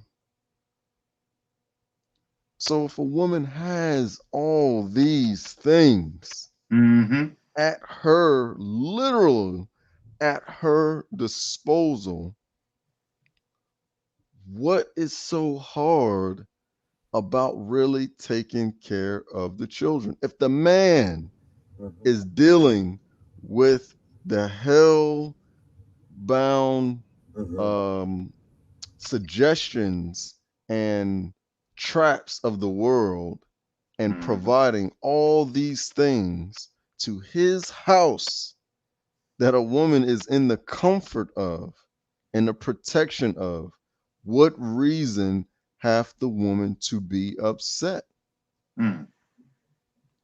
Akin, a woman being upset in a home of a righteous man is akin to a man acting like he has no power to deal with the wiles of the devil out in the world and win. Because the Most High says we go to him directly. You see what I'm saying? Through the Son. So we have access to the Son just like the woman has access to us. Come on. There's nothing that the woman can accomplish in the home, given access to the man. Just like there's nothing that the man cannot do in conquering and having dominion over this earth, given that we have access to Mashiach Yahushua.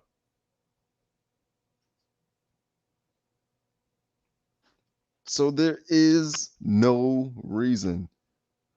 You are just a weak and wicked woman. For all you men, woe is me. You are just a weak and wicked man if you in these scriptures. And you still failing? Nah, man. Nah, man. But you women are just a trip and a half. Like, that's not even your position.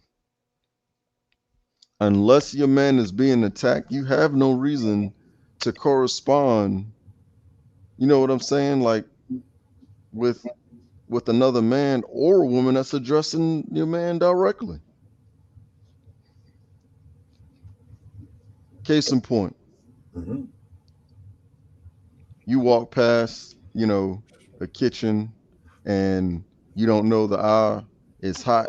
You place your hand on the dang on eye, looking into a cabinet, you're going to immediately jump back. Okay. Automatically.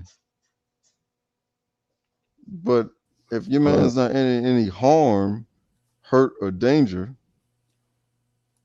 and someone's addressing a man, what's the need to jump in there like that?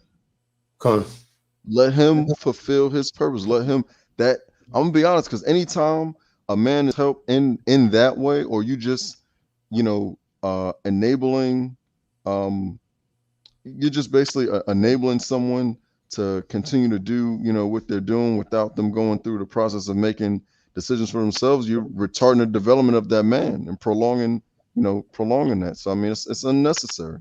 Same way we got access to the Most High, same way we got access to to the Son as a man to accomplish what we need to accomplish. So do you women also in the home. You just choose not to. Has nothing to do with how you're raised once these scriptures are going forth. You need to be making some kind of progress. They're making a choice, man. And the thing is, these men, they be and I'm tell you something else, man. A lot of these women, they're trying to isolate you when they're not conducting themselves right. They're trying to isolate you from other women. You see what I'm saying? Mm-hmm. You gotta be careful because they're afraid that the other woman is going to treat you better. You know why they do that? Because they know they're doing something wrong. Well, because if they were secure in their person, they wouldn't be concerned about her, because their duty is what? Is to please her husband. Yes. Because your desire is to be unto your husband, and he shall rule over you. Now, what happens when she disobeys her husband? What happens when she argues with her husband? Let's get Titus 2, verse 5. This is what happens when she disobeys her husband, man. She argues with her husband and disagrees with her husband. Not only is the Most High not hearing her prayers, the word of the Most High is being blasphemed. Blaspheme. I don't know if you guys know it. Blasphemy is an unforgivable sin. So that's very serious when a woman disobeys her husband. Blasphemy is an unforgivable sin.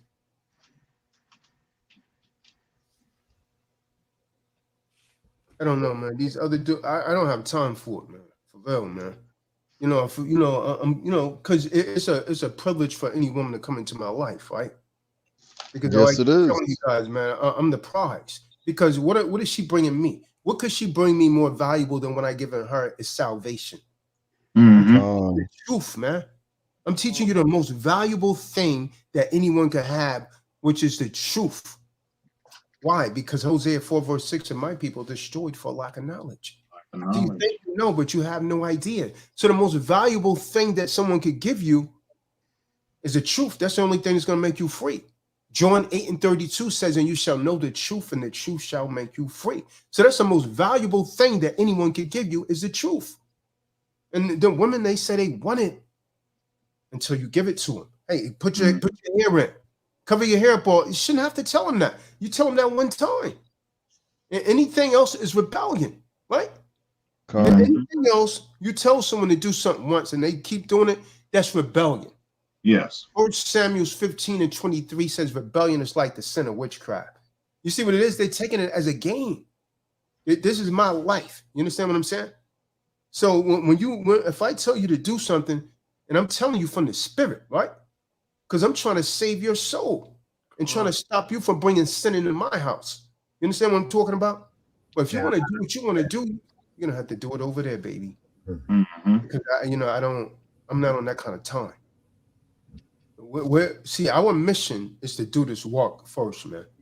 Every man has a mission to do this work first. That's right. If your woman is not willing to submit and get under you, put her away, man. The Most High bless you with someone else. Jeez. What does it say in Sirach 25:26? If she will not go the way that thou would have her, cut her off from your flesh and give her a bill of divorce.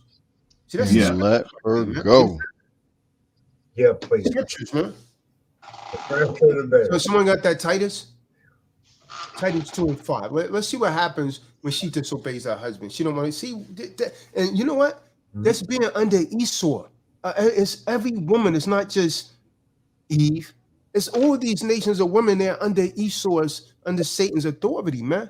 They do not want to hearken to the voice of their husbands as orders. But at the same time, they want to deceive themselves into believing that they're obeying the Most High. It's going to get you deaf, sisters. And I say this with all humbleness. That's going to get you deaf. Save you, repent. Con, this is a book of Titus, chapter 2, verse 5. To be discreet, chasten, keepers at home, good, obedient to their own men, that the word of the Elohim or the Elohim be not blasphemed. You see that? So read that again, man. Read that again. Let's break that down precept by precept. Let's see what the woman's first, because a lot of these women, you know what they want to do for Yashabeam? They want to be walking out in the world. Yeah. My career. I want to walk.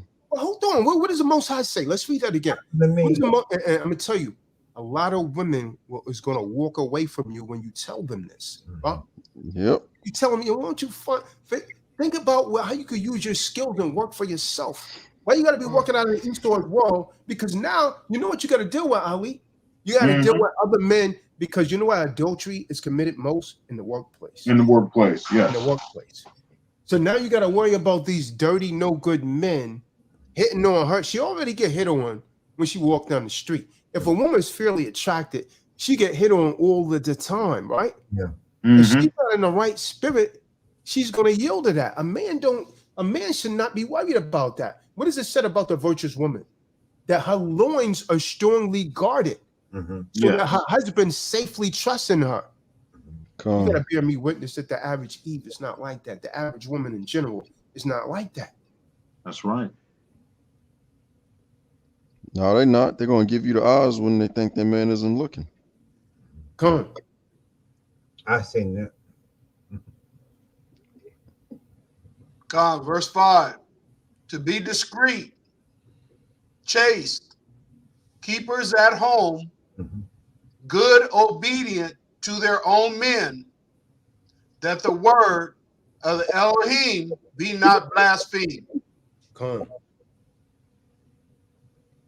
See that? So she blasphemed the Holy Spirit every time she does that, man. And what kills me is she doesn't know. That's a really. What's that, David? What really kills me is she doesn't know that. So that's what she's doing. Or maybe she does know. I don't know. Oh, they know. Absolutely. Okay. Thank you. Yeah, they know, man. They know. They don't. They just don't want to obey, man. Let me tell you, man. Listen, David. Now, you about to put on your Captain Savior hog cape again. Now, David, do you really think I'm telling you, me. And you know how I stay in the scriptures, man. Everything I do is based on the scriptures. Right now, most of you, I don't know if you guys know, you see these candles burning?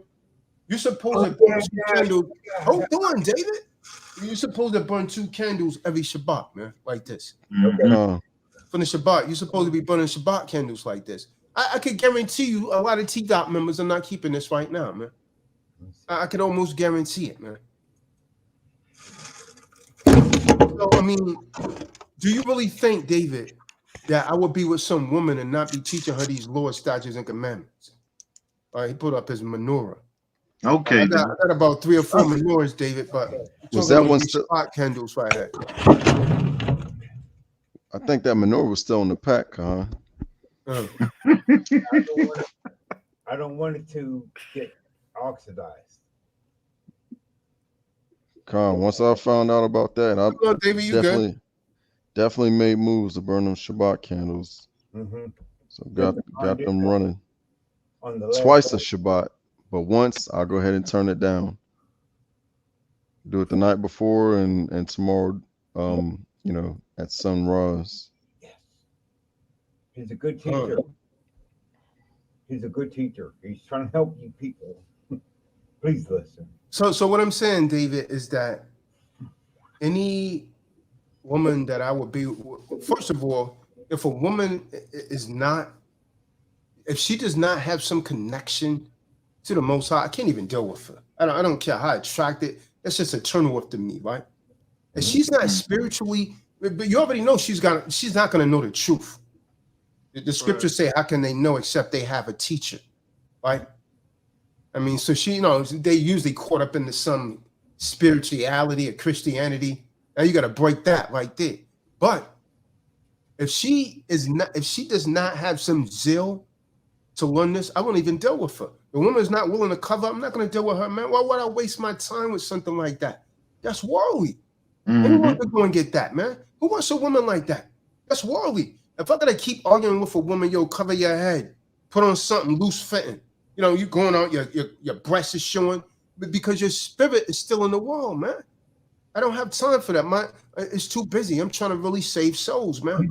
And so how does that make me look? The scriptures say a man cannot be a teacher until his house is in order, right?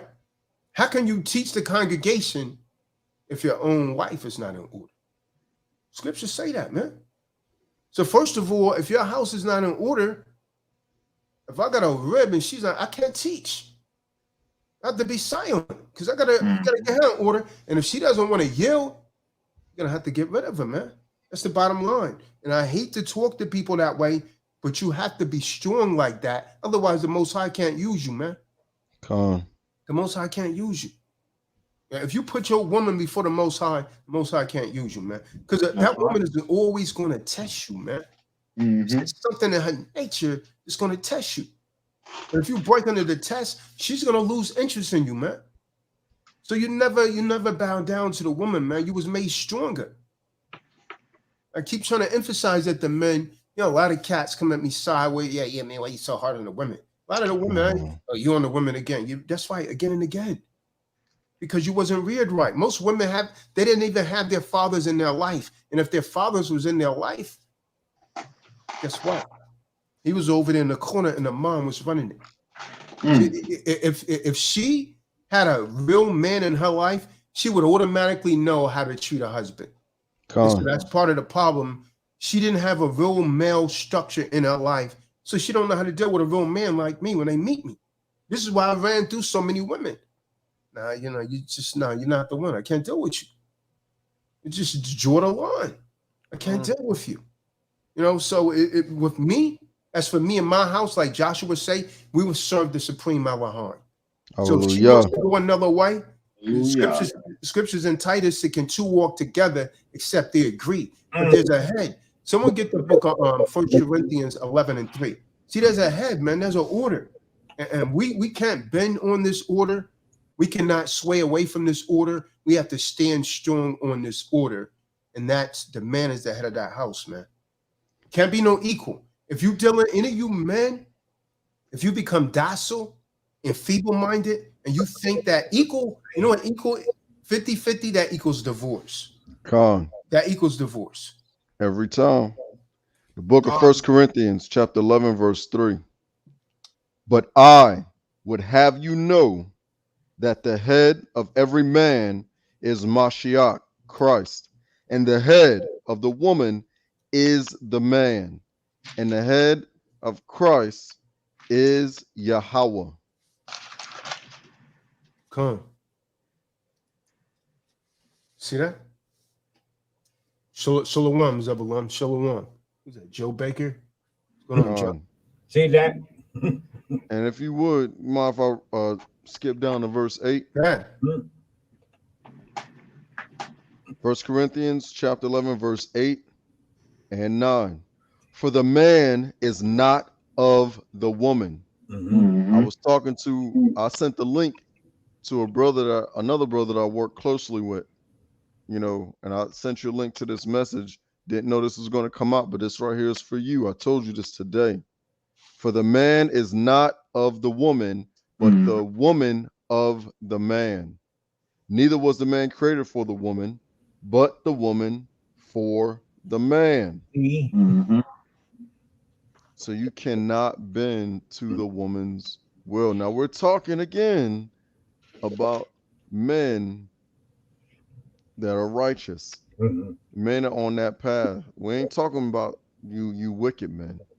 You know, because you know, for a wicked, a wicked husband, you're gonna get a wicked wife. So we're talking about you out there trying to follow these laws, statutes, and commandments. That's you know right. what I'm saying? You tuning in, you gathering, you leading your household spiritually in substance, protection, so on and so forth. You making progress every day. You know, these are the men that, I mean, if you women out there have a man like this, you might want to wise up before it get too late. Please, please. Or you're going to find yourself old and alone, and you're going to be called a Catwoman. I ain't talking about the one from Batman. Preaching. You preaching to me right now. Drop the mic and sit down. I'm trying to tell you. I mean, I see it all the time. In my line of work, making house calls, you know, bringing my son with me. We see it. The same thing that the con be teaching, we see it. We see old women that have never been married, or were married young, was divorced over 30 years ago, and ain't nobody else want to deal with that. There's a reason for that. How you keeping your house, and first how you keeping your mouth, and then how you keeping your house. How are you keeping your mouth, and how are you keeping your house? What you talking about, David? Okay, so this might sound like what I said the last time, but I loved him. Oh my goodness. And I can understand why people don't love him. I guess he didn't give me that to do. But you are authentic. Benaiah is authentic. And Ali, I'm getting to know. Okay. And Daryl, I'm going to give you some shout out, man. You just keep handling it. You keep dealing with it. So let's go. Con, if a woman, you really want to get to your man, encourage him in these scriptures with chaste conversation. And watch that man be something that you didn't think that he was. For you righteous women out there, or so-called, or aspire to be righteous, or aspire to be like Proverbs 31, or like a Ruth, encourage your husband to, or in these law, statutes, and commandments, encourage him to go out and gather. Keep the house clean. If he has a concern, listen and deal with that concern with all seriousness. Even if you think it ain't that big of a deal, you really don't have the spirit of the Most High on you, because you women, y'all made different. Y'all mostly make decisions based off your emotions. Mm-hmm. And for all you men out there, if you have a woman that's not cooperating with you, you know, on serious issues, you need to let her go. Let the hoe be a hoe and let her go. Yeah. She is for the streets. Come on. Come on. I don't care how pretty the face is. I don't care how much she got the row of camel lashes or the individuals, the dang on nails or batting the eyes or baby and talking Yeah. real nice to try to get away with you and all that. You need to leave. I'm trying to tell you. The Quran is telling you, let me tell you as well. Mm-hmm. Leave that thing alone. She means you no good if she is not doing if she is not following you. You cannot let that sway you. If she's giving you that high pitched voice and uh trying to touch you and arouse you to get you to do something good, then great. But when it comes to these law, statutes, and commandments, no matter how light the gesture is, it's gonna be real subtle though. You know what I'm saying? It'll be something real subtle. It ain't gonna be direct, like like you breaking a Shabbat or something like that. You know, one of the when we first created, I was gonna go ahead and be blunt. When we first created, the Most High told us to be fruitful and multiply. So we Right. already know that us becoming one and making love or whatever you want to call it, having sex is good. It's gonna be good. Mm-hmm. The physical act is gonna be good. So that's not even a thing. That is not anything that you need to like put priority on your list when it comes to these laws, statutes, and commandments. That is literally an automatic thing. It is going to be good when y'all come together. Mm-hmm.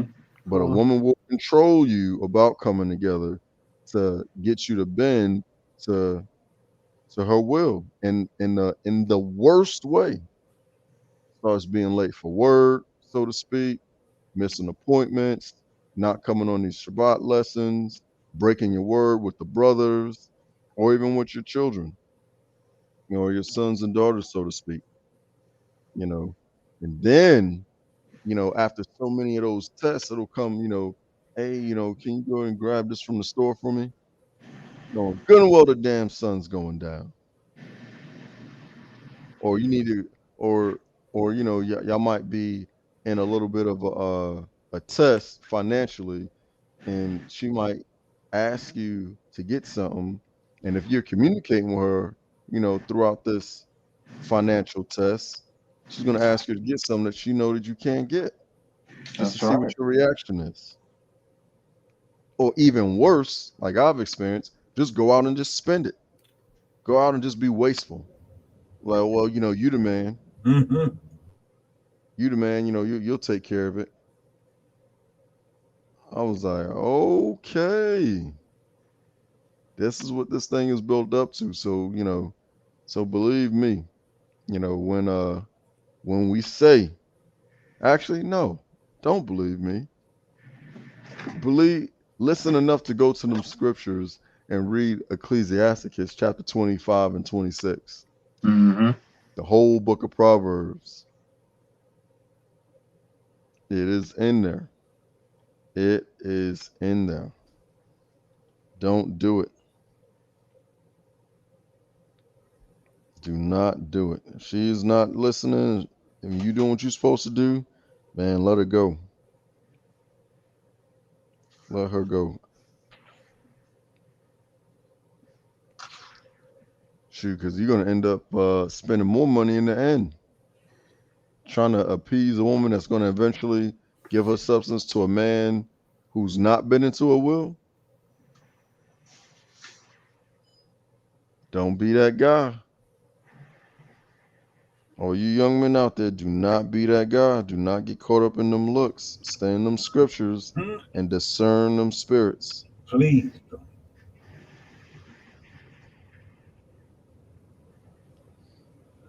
Like the Khan said, Come on. as for me and my house, We will. we will serve the Supreme Allaham. I love these guys. Hey, Get it? Don't you get it? These people, they have suffered.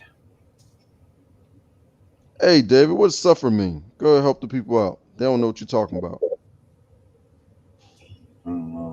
Sorry, I just have to pick it up from here.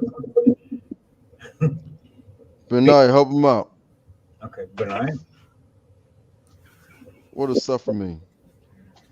And you allowed something to happen to you. Allowed a thing to take place. So when you allow the Most High's word to work in you, you come out better in the end. mm-hmm. Like being put in a furnace. When you got some gold and you want it to be pure gold, it has to be through fire, has to be tested. Most High always give you a way out of it, or to endure it, should you choose to. But it is necessary. What will you do? Men, what will you do? Women, you gonna try to get up them red bottoms, trying to go clubbing with your girls, Miami weekends, trying to get some me time, leaving your family at home for them to tend to themselves. Mm-hmm. What you gonna do, women? You gonna go out, try to find you a baller, sell your soul for some fiat? That's really what it's about. You're right. So many of them give up that soul for fiat, for worthless pieces of paper. They know nothing about. Some of the men too. Some of the things they'll do to give up how does that saying go in the Bible? They're willing to trade. They trade for the world in order to lose their soul. It just don't make no sense. Why love the things of this world, these materialistic things, when you can't take those things with you, not with this next life to come, not on this next journey. So why be a slave to them now? Salaka, you mean what is written about what does it profit a man to gain the whole world and lose his own soul? Yes, sir. And that's what's happening today. These people are trying to gain all these worldly riches, and for what? Following a man-made this American doctrine, this Eurocentric doctrine, this Esau doctrine, that don't pertain to anything.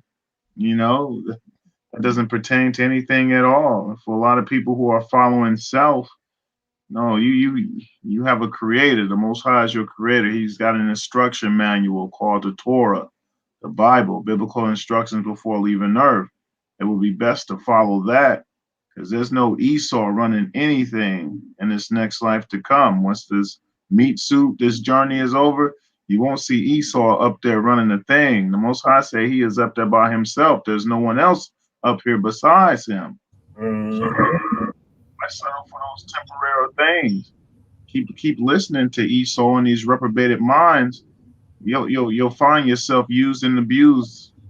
And here we are, a day of dedication to give, to commemorate brothers and sisters who are willing to give up the ghost for the Most High, because they overstood. This is, in America's got so many of us, so many of the brothers and sisters so caught up in fear. Those brothers and sisters then, it was not about fear. They knew what was to await. They knew they had to originate back with the Most High. So there was no fear. Fear nothing, only fear the Most High. Con, that's the book of Luke, chapter 9 and verse 25. For what is a man advantage Mm, if he gain the whole world and lose himself or be a castaway? Mm-hmm. mm. Also in Mark 8 and 36.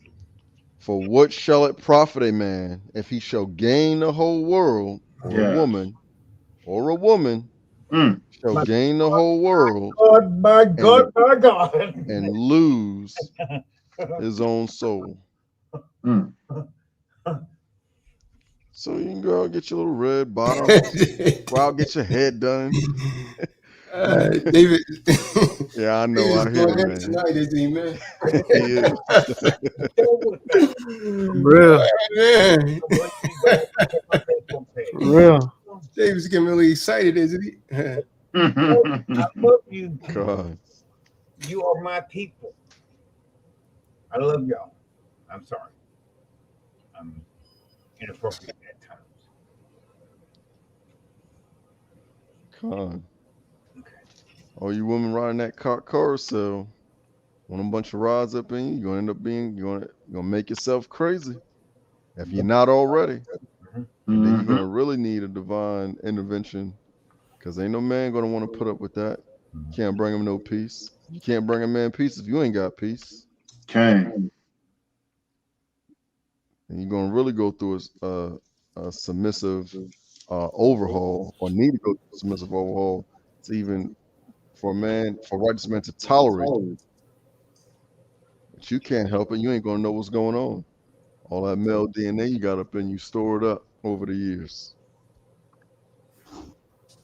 So if you got one, you better hold on to him. Only way you're gonna do that is if you submit.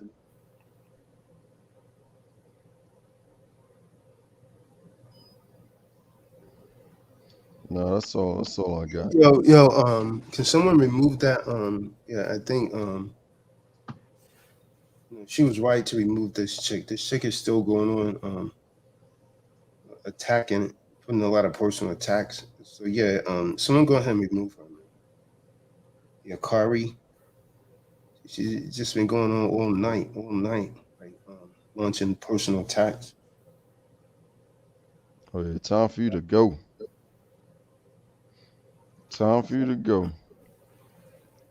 Yeah, she needs to get out of here. It's just a lot of personal attacks. I see, there's been a lot of buffoonery going on in the room, man. On the real. Yeah, folks stay So in the your spirit, stay on top. there's really no reason for you to take shots at Delet either. I don't. I mean, there's a lot of nonsense going on in the room, man. Yeah, most I's word going forth, and there we go with them distractions. It is well, or it shall be.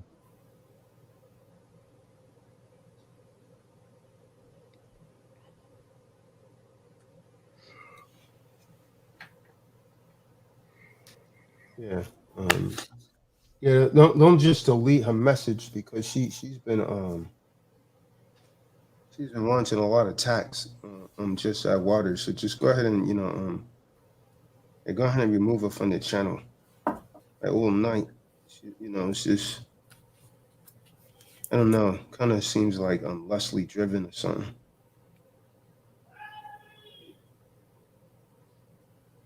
That's a spirit, of lust right there. It seems like to me. Like just trying to I've been pretty much trying to ignore it, but it's going on and on and on and on. And your pa, I don't even know what she say something to Delect. It's probably been watching in the background all along, man. A lot of things is coming out really unnecessary, man. That's what it is.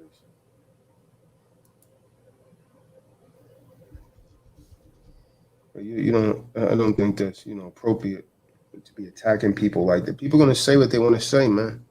If you're secure, just like some man, right, trying to talk to my wife, and I'm coming out of pocket. Well, why would I check him? It's not. I shouldn't check him. You know what I mean? Mm-hmm. You check her. You check the hoe because that's what she's acting like. Because I'm gonna tell all you guys something under the sounds of my voice, right? Like if a man's trying to get at a woman, man, then the woman, you know, she knows how to check it, man. You know what I mean? She Right. knows how to make a man know that, hey, I'm not interested in you. You know what I mean? I'm not interested in you. So, you know, she's still allowing that to go on because she wants to. So why would you get upset with the man? You understand what I'm saying? Mm-hmm. Because when a woman's not interested in you, she knows how to make that message come across very clearly. Ask me how I know. But if she doesn't, you know what I mean, she's letting it go forth. You know, the man got her smiling. Mm-hmm. You got to check that out. Matter of fact, you want to replace her, man. Mm-hmm. Because that's a problem right there. It's a problem. So it's the same way. If some dude, you know, if I see some dude saying something sideways to a female, I mean, you know, that supposedly mine, she's laughing, she's engaging him in conversation. Mm-hmm. I'm not going to check the dude because you're supposed to check that from this. Because first of all, if you with me, you already know what you're supposed to be doing because I teach every woman that. You know, someone gets a rock 9 verse 9, man. Anyone that I with knows this precept, and it's not me being insecure. It's enforcing the words of the Most High, man. It's enforcing the words of the Most High to avoid these types of things, man, to prevent them from happening. You know, it's kind of like It's kind of like handling big things, you know, before they turn big, while they're still small. Khan, the book of Sirach, Ecclesiasticus, chapter 9, verse 9. Sit not at all with another man's wife. See, that's clear right there. So if you got a woman, right? If your woman is talking to some guy on a chat, I'm going to make this abundant. If your woman, let me tell you something, oh, you guys, right? You got a woman, right? If you got a woman, and this woman is still on Facebook, and she got all of these dudes on her timeline, and she's selling you, you're simple, you're simple and you're silly, right? She's telling you, well, I use them for networking. First of all, she's not supposed to be doing that. You understand what I'm saying? Networking, that lifestyle is dead. You're not doing that anymore. So if she got all these dudes on her timeline, that woman, she's not in the right spirit. Because remember, scriptures say when you're born again, old things become new. So you don't have the same mindset that you previously had. Automatically from the beginning, she should know I'm not supposed to deal with them anymore, right? The virtuous woman goes into that. So when she's communicating with someone on a chat, it's like sitting with them physically in person. It says set not at all with another man's wife. See, a lot of people want to break that down to physically sitting only, right? But now the world has actually become a global village where you could bring someone else right into your living room or your bedroom by what we're doing right now. Mm-hmm. Some of us are hundreds of miles away, but it's as if we're right here communicating. You see what I'm saying? So that same thing is actually being carried out. When your woman is talking to someone else over the phone, she got, all these coworkers, that's going to cause a problem in your marriage, right? See, Eastern society tell you that, well, this is okay, but it's not supposed to happen. See, everything in this Bible is in there for a reason. That's right. Most High put it there for a reason. He knows better. He knows better than us. Yes, So he said, well, sit not at all with another man's wife. Not at all. It didn't say, well, you can sit at all with her if you're a boss, right? Did you read that, Yashabeam? Because I didn't see where you read that. You could be a boss, and that's her boss. If that's a doctor. It doesn't say, well, that kind of opts out, Ali, about a woman going to a male doctor by herself, does it not? That's right. Most High's covered everything, set not at all.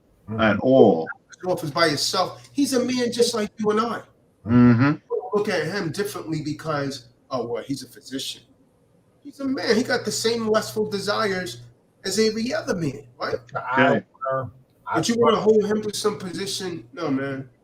The scriptures say set not at all. with another man. Not at all. You're not supposed to do it, brothers. Sisters. No, If you got a woman that wants to do that, she's off as hell. I'm gonna tell you, man, if you got a woman, she's going in to a male doctor, that woman is off as hell. I didn't know it until he said it. That spirit is off. Yeah, because they had you living in the world. Good. Read on, Yashabeam. Con. Nor sit down with her in thine arms. Oh, so no hugging, no touching. You see how, what do they call it? It's just a casual hug. Don't you know every time a man touches a woman physically, that stimulates her sexually, right? There's no way a man could touch a woman and something is not triggered there. Trust me, I know, man. I dealt with enough. That the touch has a powerful sensation to it. You understand? Especially if you touch in a certain place. So you hugging a woman, you're not supposed to be doing that, man. Scriptures say don't hold her in your arms. Don't hug it. Thank you. Yeah, read on. And spend not thine money with her at the wine. You're not supposed to be buying her Starbucks. You're not supposed to be buying her wine. You're not supposed to be buying her tea. None of that. Why? It's going to tell you why. Go ahead. Lest thine heart incline unto her. You're going to start lusting for her. Read on. And so through thy desire, thou fall into destruction. Through your desire for this woman, you fall into destruction. Why? Because she's another man's wife. Now, she's a virtuous woman. She's going to know not to do these things, Ali. If you got to keep telling a woman this, well, don't do this, put her ass away, man. Put her away. Right. Real talk. Someone get Sirach 25:26, and someone gets Proverbs 30, verse 10. I'm going to show you how a woman's really supposed to be. If you're not dealing with this kind of woman, man, then pray to the Most High. Come on. A woman. Do not rush to be with these women. Guys, you can do it.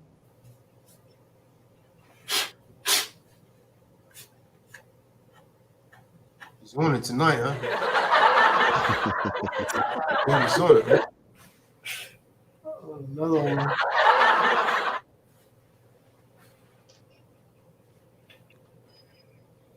Now in the book of Sirach, Ecclesiastes chapter 25 and verse 10.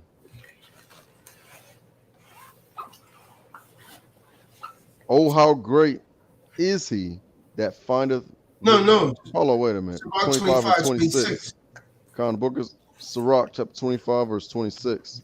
If she go not as thou wouldest have her, cut her off from thy flesh, and give her a bill of divorce, and let her go. So now this is crystal clear. So this is a reason that a man could put his wife away. What? If she doesn't listen to him. If she goes not the way that thou would have her, cut her off from your flesh, write her a bill of divorce. Can she marry another man? No, she can't. Do you think Eve's really not going to have sex again? Yes, she will. Because she's wicked like that. And the Most High is going to kill her. Preach it. There's no salvation for her. Not according to the Bible. But according to her world, that is. Somehow these women, you know, I heard a woman come to TDOC before. Well, I don't think God will want me not to have sex anymore my entire life. Can you show me that in the scripture, sis? Because what I'm about to show you is just totally the opposite. You should have never spread your quiver. It said that you should not prostitute the daughters of Zion. So now you're unclean. So how should a wife be? Let's go to Proverbs 31, verse 10. All right. Proverbs 31 and 10. Let's see how a wife is supposed to be. And all you women under the sounds of our voice, if you're not like this, you're not worthy to be called my wife. I mean, you're not worthy for the kingdom. But you could Virtuous woman is something different. You go out, you got a sweater on, and your boobs. See that's that lower desire, man. Your boobs and everything showing. You're supposed to have on something where the contours of the body is not showing. That's modest. Modest is unrevealing. You're not supposed to be revealing the shape of your breast. You're still worldly. And the Most High's not dealing with that. And if it's not good for the Most High, it's not good for me. That's right. As long as good for Paul and Silas, then good enough for me. Anybody else got that Proverbs? The book of Proverbs, chapter 31, verse 10. Come. Who can find a virtuous woman? Now, Solomon asked a question, Ali. He said, who? And that means that since he's asking, that's the interrogatory. Since he's asking the questions, that means that's an unusual thing, Benaiah. Who can find the virtuous woman? Who can find the virtuous woman? Read on. For her price is far above rubies. Any kind of money that you could find, a virtuous woman is worth way worthy more than that. She's worth what? So much more. Far above rubies. Read on. The heart of her husband doeth safely trust in her. Okay, now So stop. That's very important right there. Would you trust a woman that lied to you, Yashabeam? I don't. No. Yeah, Yashabeam, your voice sounds different tonight. Oh, I got on this headset. I mean, your voice almost sounds like David Davis. Just pick it up. Oh no, David was speaking at the same time. Yeah, I was being sarcastic. I know. No, David, I'm always a problem. I get in trouble all the time. Let me turn this off. Yeah, so it says the heart of her husband does safely trust in her. You know what that means? That woman's not lying to you. See, the scriptures say you're gonna be judged for every word that comes out of your mouth. If you say you're gonna do something, you gotta do it. See, I'm the kind of man, I'm a very stern dude, right? I'm not your typical Israelite. I'm not a typical dude. I'm extraordinary. So if you tell me you're gonna do something, you're gonna have something to me on a certain time, or you're gonna do something on a certain time, you don't do it. As far as I'm concerned, you just lied to me. Because me, I go to every extreme to make sure I keep my word. Because my word is my bond, and my bond is my life. And I should give my life before my word shall fail. The only thing we really have in this life to represent us is our word. So when a person's word don't mean nothing, you can't really rely on a person like that. Because what happens, Ali? You need to trust that kind of person. Will you be able to trust them? You can't. They don't lie to you because logic. See, men are not supposed to be like women. Women do things off emotions. Well, I had that. I got to do this. I got to do that. Well, you gave me your word. So what you're doing now is you're making me not trust you. And if I can't trust you, now I can't properly love you. So I'm going to have to leave you alone. You see how that works? There's logic. There's no emotions attached right there. That's all logic. Because you didn't keep your word, now I can't see you the same. Because I can't believe you. I want to, but I can't. Because you showed me that your word is just not good. You don't understand that, man? Okay. Be, man. You got to be that way. Come. If not, man, you're going to be in for a lot of woes. So the heart of her husband trusts in her. That means she's guarding her loins. This woman is so virtuous, her husband is not. Nah, she wouldn't do that. Okay, read on. So that he shall have no need of spoil. Verse 12. She will do him good and not evil all the days of her life. See that? Verse that 13. That woman would do her husband good. See, women, sisters really need to muse over that. She would do him good. What is to do good? That means to keep the Lord. And do him no evil all the days of her life. She's not going to send him derogatory texts. She's not going to talk about him behind his back. She's not going to try to stop him from doing what the Most High has given him, the privilege of having another wife if he so chooses to. She's going to help him with his mission. She's not going to put her, she realized her husband is paramount. She's not going to put her personal Esau ideology at her home or husband. Yeah, read on. Verse 13. She seeketh wool and flax and worketh willingly with her hand. So this is she does this. Did her husband have to tell her this, Ali? It says she's working willingly with her hands. King. A lot of women don't even know how to sew, man. They don't even know how to use a sew. No, I'm serious, man. Don't not even know how to use a sewing machine. Wow. That's someone you can find a wife that knows how to do that, man, in this day and age. That's a blessing, man. I Yes. consider that to be an asset. Khan. Shit, some can't cook rice. Shit, I know some that can't boil water. Go ahead, Ali. Verse 14. She is like the merchant ship. She bringeth her food from afar. So the woman does, you know what I mean, she does work for the household. She's bringing in a source of income. See, a lot of women, they want to become sister wives and they don't want to provide anything. It says she's like the merchant ship. The merchant ship's bringing goods, Ali. Okay. So she's bringing something into that household. Does that mean she have to work outside of the house? Not necessarily. Mm-hmm. Does she needs to guard those loins? And she's not supposed to be working on a job that's going to make her violate the scriptures. Mm-hmm. See that? She's not supposed to be working on a job where she's interacting with a lot of men. It didn't used to be that way. But with the feminist movement, everything changed. Verse 15. She riseth also while it is yet night, and giveth meat to her household, and a portion to her maiden. Okay. Verse 16. Okay, so stop. So, Aki, when you live with one of those, do you get it? They're different than the ones who are not like that. And these are the things that are promised. So, Okay. okay. So you have to go through it. So, you know, he didn't say the first one you picked, the second one you picked, or the third one you picked. Go for that one and you'll get it. So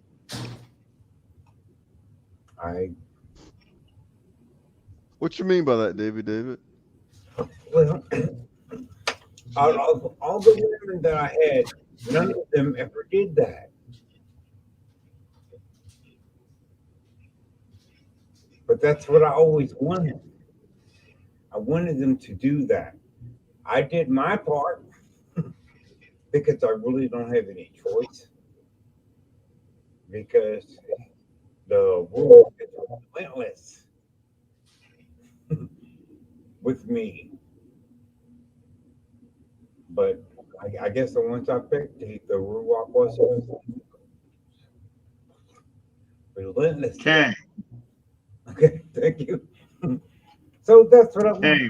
young people. You can do it. You were put here for what God put you down here for. Let me tell you something. Okay, now it's going to be a little bit off topic. But hey, he created the heavens and the earth in 6 days. And the seventh day he rested. But there was one day he said something to the Holy Spirit. See, you have to understand, when the Holy Spirit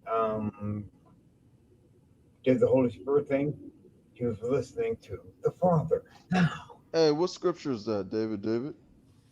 it's in the book of Genesis. Now, here's what's going to happen. When the Yeah, but what scripture is that? I'm sorry, I didn't write anything down. So here's what we're going to do. Well, I think we should go ahead and just stay on topic. Continue reading. Okay. All right, now calm down. Check this out. I'm not trying to be a problem, and I'm not trying to get kicked out. No. I mean, you already said let's go off topic, and we really shouldn't do that. We should stay on the topic. So it's all good. Just hold your peace. Proverbs, verse 16. Proverbs chapter 31, verse 16. She considereth the field and buyeth. With the fruit of her hands, she planteth a vineyard. Verse 17. Oh, Salak. So Okay. the woman is buying land Mm. in which she might be able to garden. And vineyards bring fruit year after year once you do it right once. Yes. So this is what we got, an industrious investor type looking wife here. Virtuous woman. Go ahead, keep reading now. Verse 17. She girdeth her loins with strength and There it go. strengthened her arms. There it go. Mm-hmm. Her private parts are guarded and guarded well. Strength. And Strength. she ain't no weak woman either, because it's got strength also in her arms. Mm-hmm. She ain't walking around looking like a man, but she's not a weak body. Okay. Verse 18. She perceiveth that her merchandise is good. Her candle goeth not out by night. Verse 19. She layeth her hands to the spindle, and her hands hold the distaff. See, that means she's know how to make clothing, man.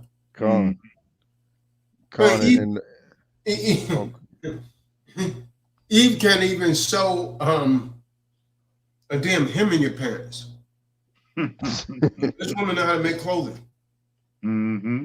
She layeth her hand to the spindle. And before that, it said that a candle not go out, which means she's always checking inventory. So she always have something for the candle to burn. Those candles were not only of wax but oil. So keeping inventory and keeping it up. Okay. Verse 20. She stretches out her hand to the poor. Yea, she reacheth forth her hands to the needy. Verse 21. She is not afraid of the snow for her household, for all her household are clothed with scarlet. Verse 22. She maketh herself coverings of tapestry. Her clothing is silk and purple. Verse 23. Her husband is known in the gates when he sitteth among the elders of the land. Verse 24. She maketh fine linen and selleth it, and delivereth girdles unto the merchant. Okay. Verse 25. Strength and honor are her clothing, and she shall rejoice in time to come. David's lit tonight. David's lit tonight, man. Verse 26. She opened her mouth with wisdom, and in her tongue is the law of kindness.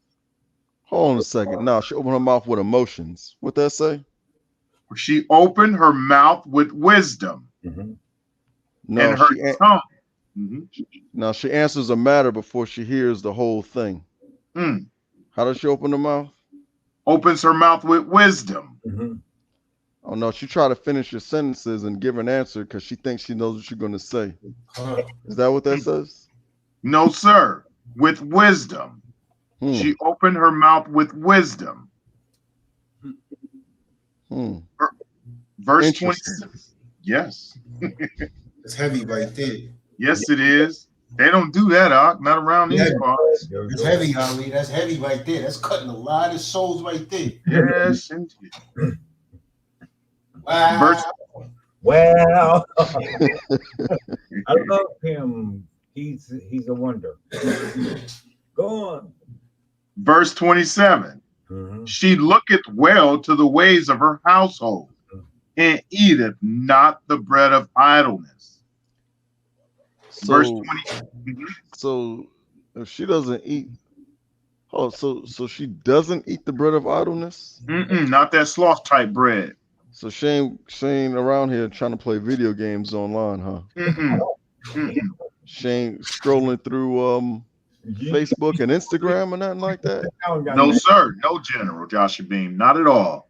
Not even TikTok. No, sir. Dang. Well, you can do it. Verse 28. Her children arise up and call her blessed. What? Her husband also, Mm-hmm. and he praiseth her. Mm-hmm. So Verse 29. First thing in the morning, Mhm. getting all types of wonderful greetings from the young ones. Okay. Mm-hmm. And it wasn't saying hello either. It was saying shalom. Peace. Peace. Verse 29. Mm-hmm. Many daughters have done virtuously, but thou excellent of them all. Verse 30. Favor is deceitful, Mm-hmm. and beauty is vain. Mm-hmm. But a woman that feareth the Most High, Mm-hmm. she shall be praised. Preach it. So here is where the woman can get off at, right here. Mm-hmm. Always trying to, usurp authority over the man. I don't know. But go ahead. Help me. You do what you need to do. You will get your reward in due time. Mm-hmm.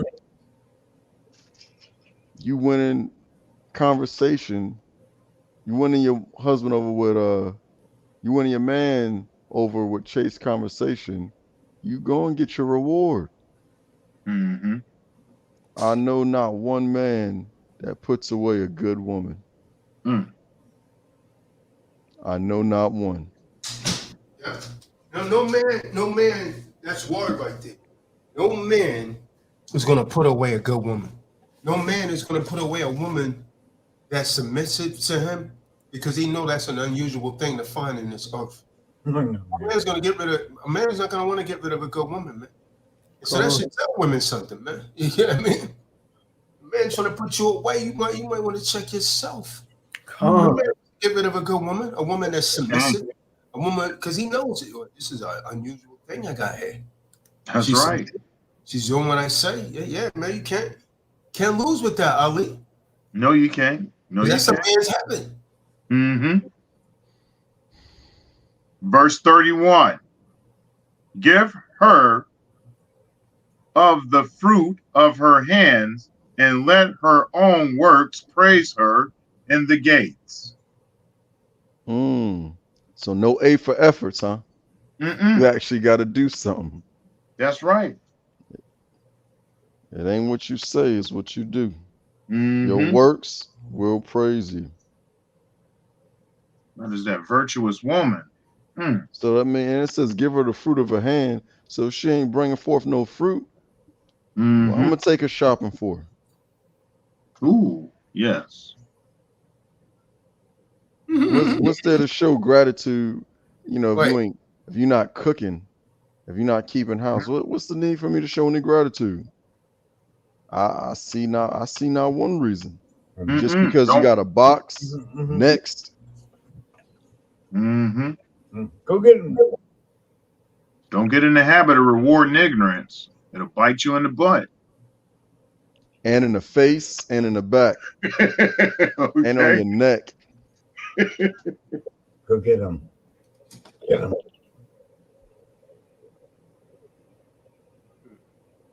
Mm-hmm.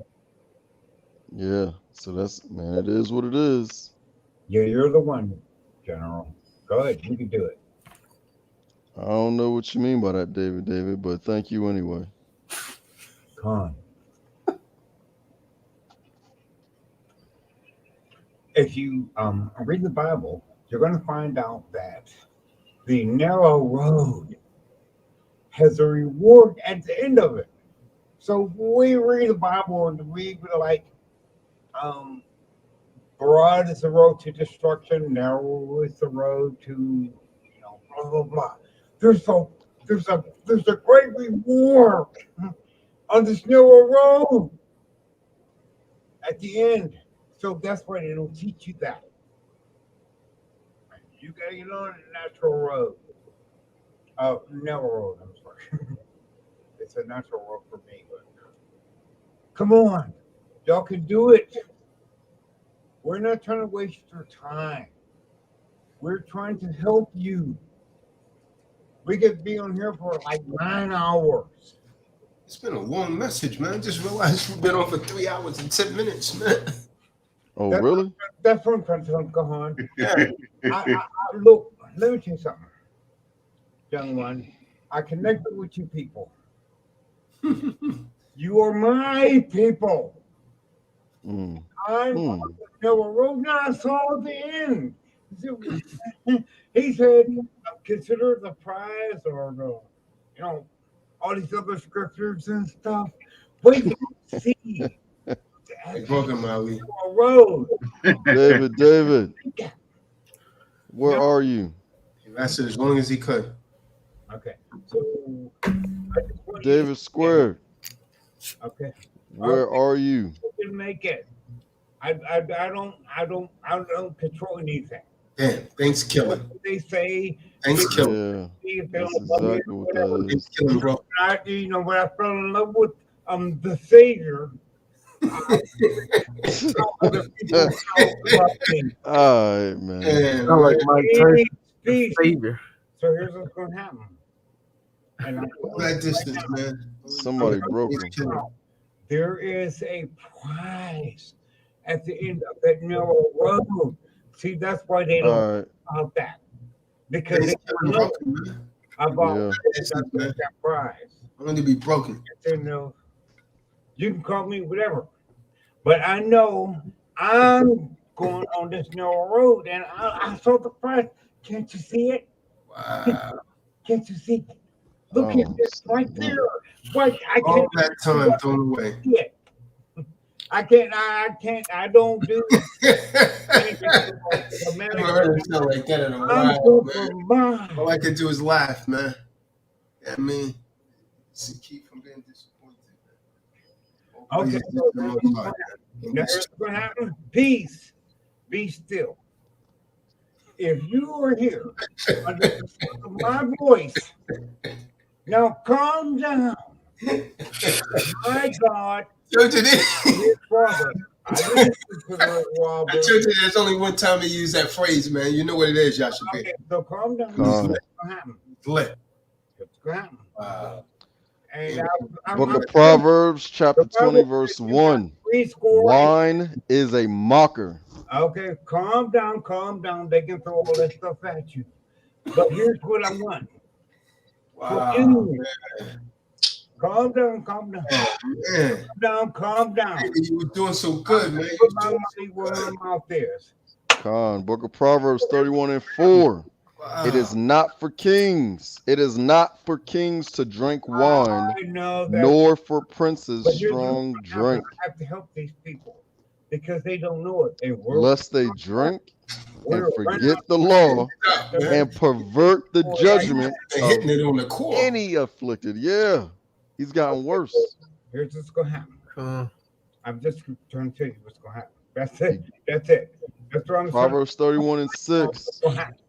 Give strong drink unto him that is ready to perish, And that and wine unto that's those that That's be of right. heavy of heart. And plus, David, what has your heart so heavy, brother? okay, so here's what we What gonna do. has your heart heavy, David? These people, they don't get it. David, It's heavy for them. I want them David, to get into the kingdom of heaven. David, can you hear me? Scripture say don't say the word, don't recite the words, David, when you have strong drink. Come on. Okay, so now here's what we're gonna do. David, are you broken? Yeah. Proverbs 31 and 7 says, let him drink and forget his poverty. Are you broken or broke, David? What has your heart so heavy? Because I want these people to get it. I want them to be with us. I want them to go down the no road. There's a prize. Did Oh, you? no. Nah, man. Goes back to days one, man. Did you read Yeah. All that hard work go back to day one. I hate that. Okay. All right. Let's see what you're talking about. Go on, put it out there. David, what has your heart so heavy? Because these people don't get it. No, I'm asking you, brother, why did you put that bottle back to your lips, man?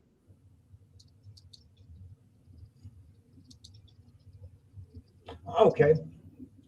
I'll fix that. That's Because not whatever I'm going through is not what I just determined. I didn't decide what I'm going to do. so you telling me someone else forced you to drink? No, I'm telling you. Please, please, please, people. Please, please. Let him be with you when you Yeah, go through these yeah, things. for right now, David, Hey, out of love Peter, and respect for the word. now calm down, calm down, calm down. Let me answer the question you asked me, and I'm gonna answer. What's my question? Okay, here's your question was something about the bottle of drinking. Okay, so you don't know my question. David, go ahead and mute yourself and call me when we get off this call. Wow, that's different. Yeah, it Wow. is. Wow, man. You know, that's bad in two ways, right? Okay. First way is that if he relapsed because he was celebrating Thanksgiving, which is very bad. And number two is that he shouldn't have touched it anyways, but he does it on, you know, a day that we don't even supposed to be partaking in. Man. I was so, this is and so this is why the Most High put the spirit on me to try and get everyone to fast, man. Thursday, yesterday. So had he been fasting, he wouldn't have been able to do that. But he was lit yesterday, man. He came on here lit yesterday. So now, I mean, you know, because, you know, I studied the good brother, and the only times he used the words like the phrase calm down, and here's what we're going to do is when he's lit. And when he's clear-minded, he don't use those type of phrases. So, you know, this is how I could tell, but, you know, and this too shall pass. But it's like starting over again, man. Starting all the way over, all the hard work, you go back to square one again. Start over.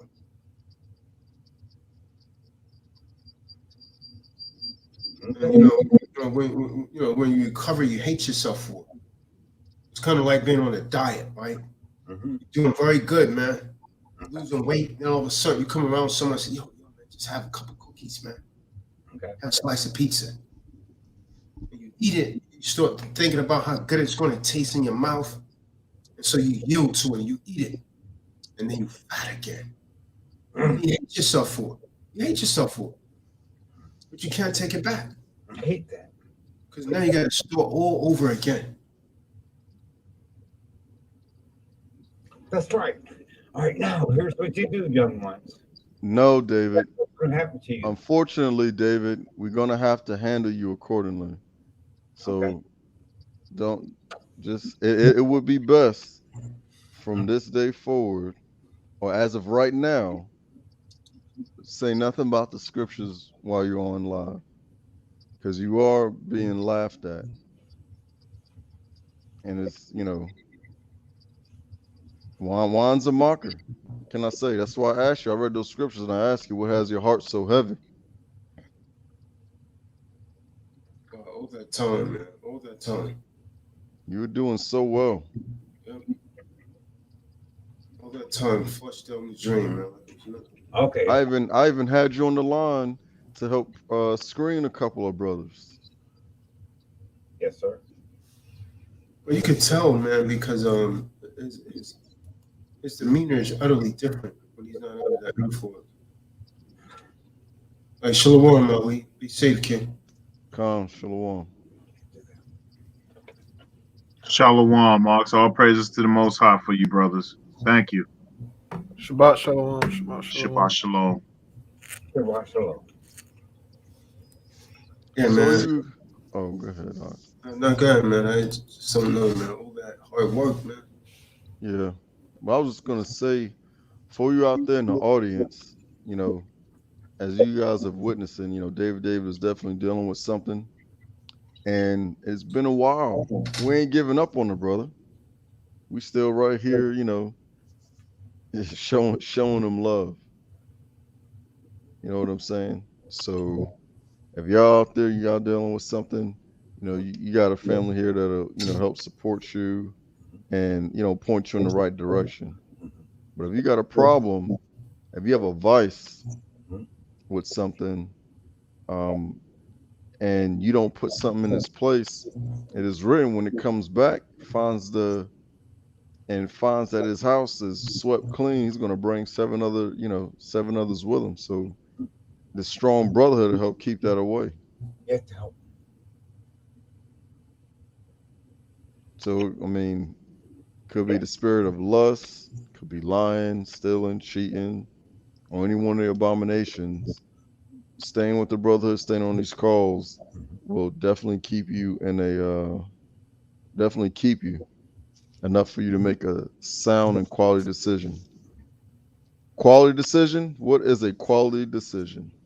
That is a decision that sets all your other decisions in place. It makes all the other decisions real easy to make. Choosing to follow the Most High, His laws, statutes, and commandments. You commit to, to the Most High. It's real easy to join the camp and follow the word and get on these messages. But eliminates all the bragging rights we had on him. Repeat. Start back over again, man. Okay. Back to square one. Yeah. Yeah. Yeah. To quit does not mean the same thing as to discontinue for a bit. When you quit something, that means you never go to it again, ever. That's quitting. You discontinue something, you just stop it momentarily for a short period of time. It just doesn't work out like that, Con. Now, let's help these people. No. Cannot speak and teach the people if you're not in order. We went over that too.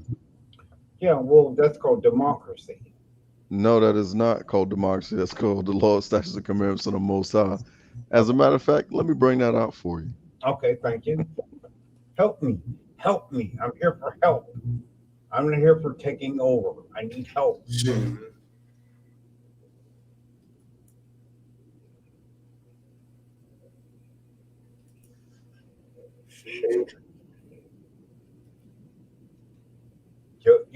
You also listen to the general.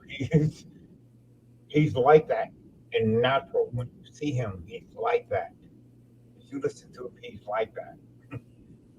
It doesn't mean you're gonna like him, but he'll get you on the right track if you listen. So I'm gonna listen to him. I'm 64. He's half my age.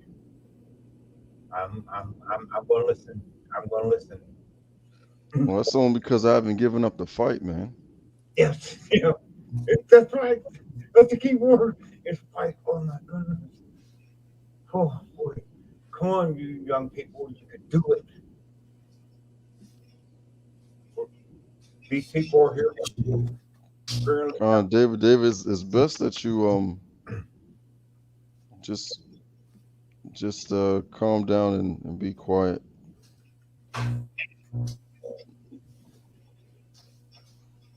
Especially while you're like this.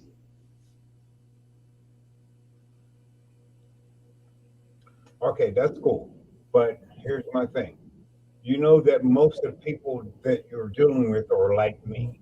So if you can do that, if you can expand and see that these are the kind of people who are trying to deal with you. No, it's not time to lift any brothers up when they're in this time. They need to be they need to just be shut down. No, come on. Senor Espinoza. This is not a time to lift the brother up. Yeah, you do that. See, they don't. Gotta wait till he sobers up. They don't know you. And look, The Khan just showed you a goddamn video where he got a chamber here for wine. You ain't say nothing about that. Now let me tell you something, young one. So are you telling me No, I'm not telling that? you nothing. I want Are you telling me to tell people that because the Kahan showed you he got a chest that can hold wine bottles, using as an excuse for why you're drinking? No. You gotta forget. You can forget that. I don't need no excuse for drinking. So then why bring it up? But I'm trying to help you. Now go on, pull the script up. I'm waiting for you to help me. I'm gonna wait till you sober up, David. Okay, I appreciate you gave me the opportunity to call you because that's not an easy thing to do. But Yeah, do that after you take you a nap. I want to spend my 15 minutes of fame on the two disciples of Christ. You've had a lot more than 15 minutes, David. Just go ahead and 20 minutes. excuse yourself. It's all good. Otherwise, you're going to lead others astray in your condition. You don't want to do that. You want to help them, right? I'm in the condition that these people are coming to you in. Now what are you going to do? But I'm asking you about you. You want to help them, right? Well, you're the leader. See, this is why I don't want to be a leader. All right. Well, then Everybody that comes to me is like, I'll accept your offer upon proof of claim that since I am the leader, you'll go ahead and excuse yourself. So that way you're not leading anybody else astray, and we will talk. oh, okay. Yeah, go ahead and shut this down, man. The last 20 minutes pretty much just been about that right there. Khan. Heck of a way to end this, man. But, Gone.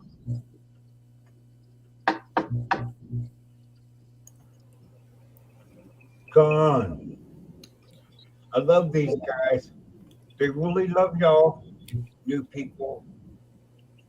There's going to be friction and stuff, but if you stick with them, you'll be all right.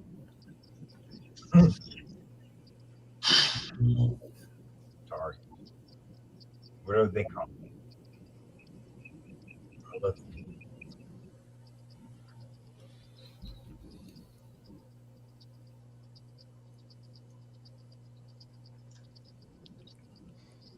all right, man. Go ahead and shut this down. Let's say, shalom to everyone. Everyone be safe, man. Gone. Shabbat shalom. Shabbat shalom. Shabbat shalom. Shalom. Shalom.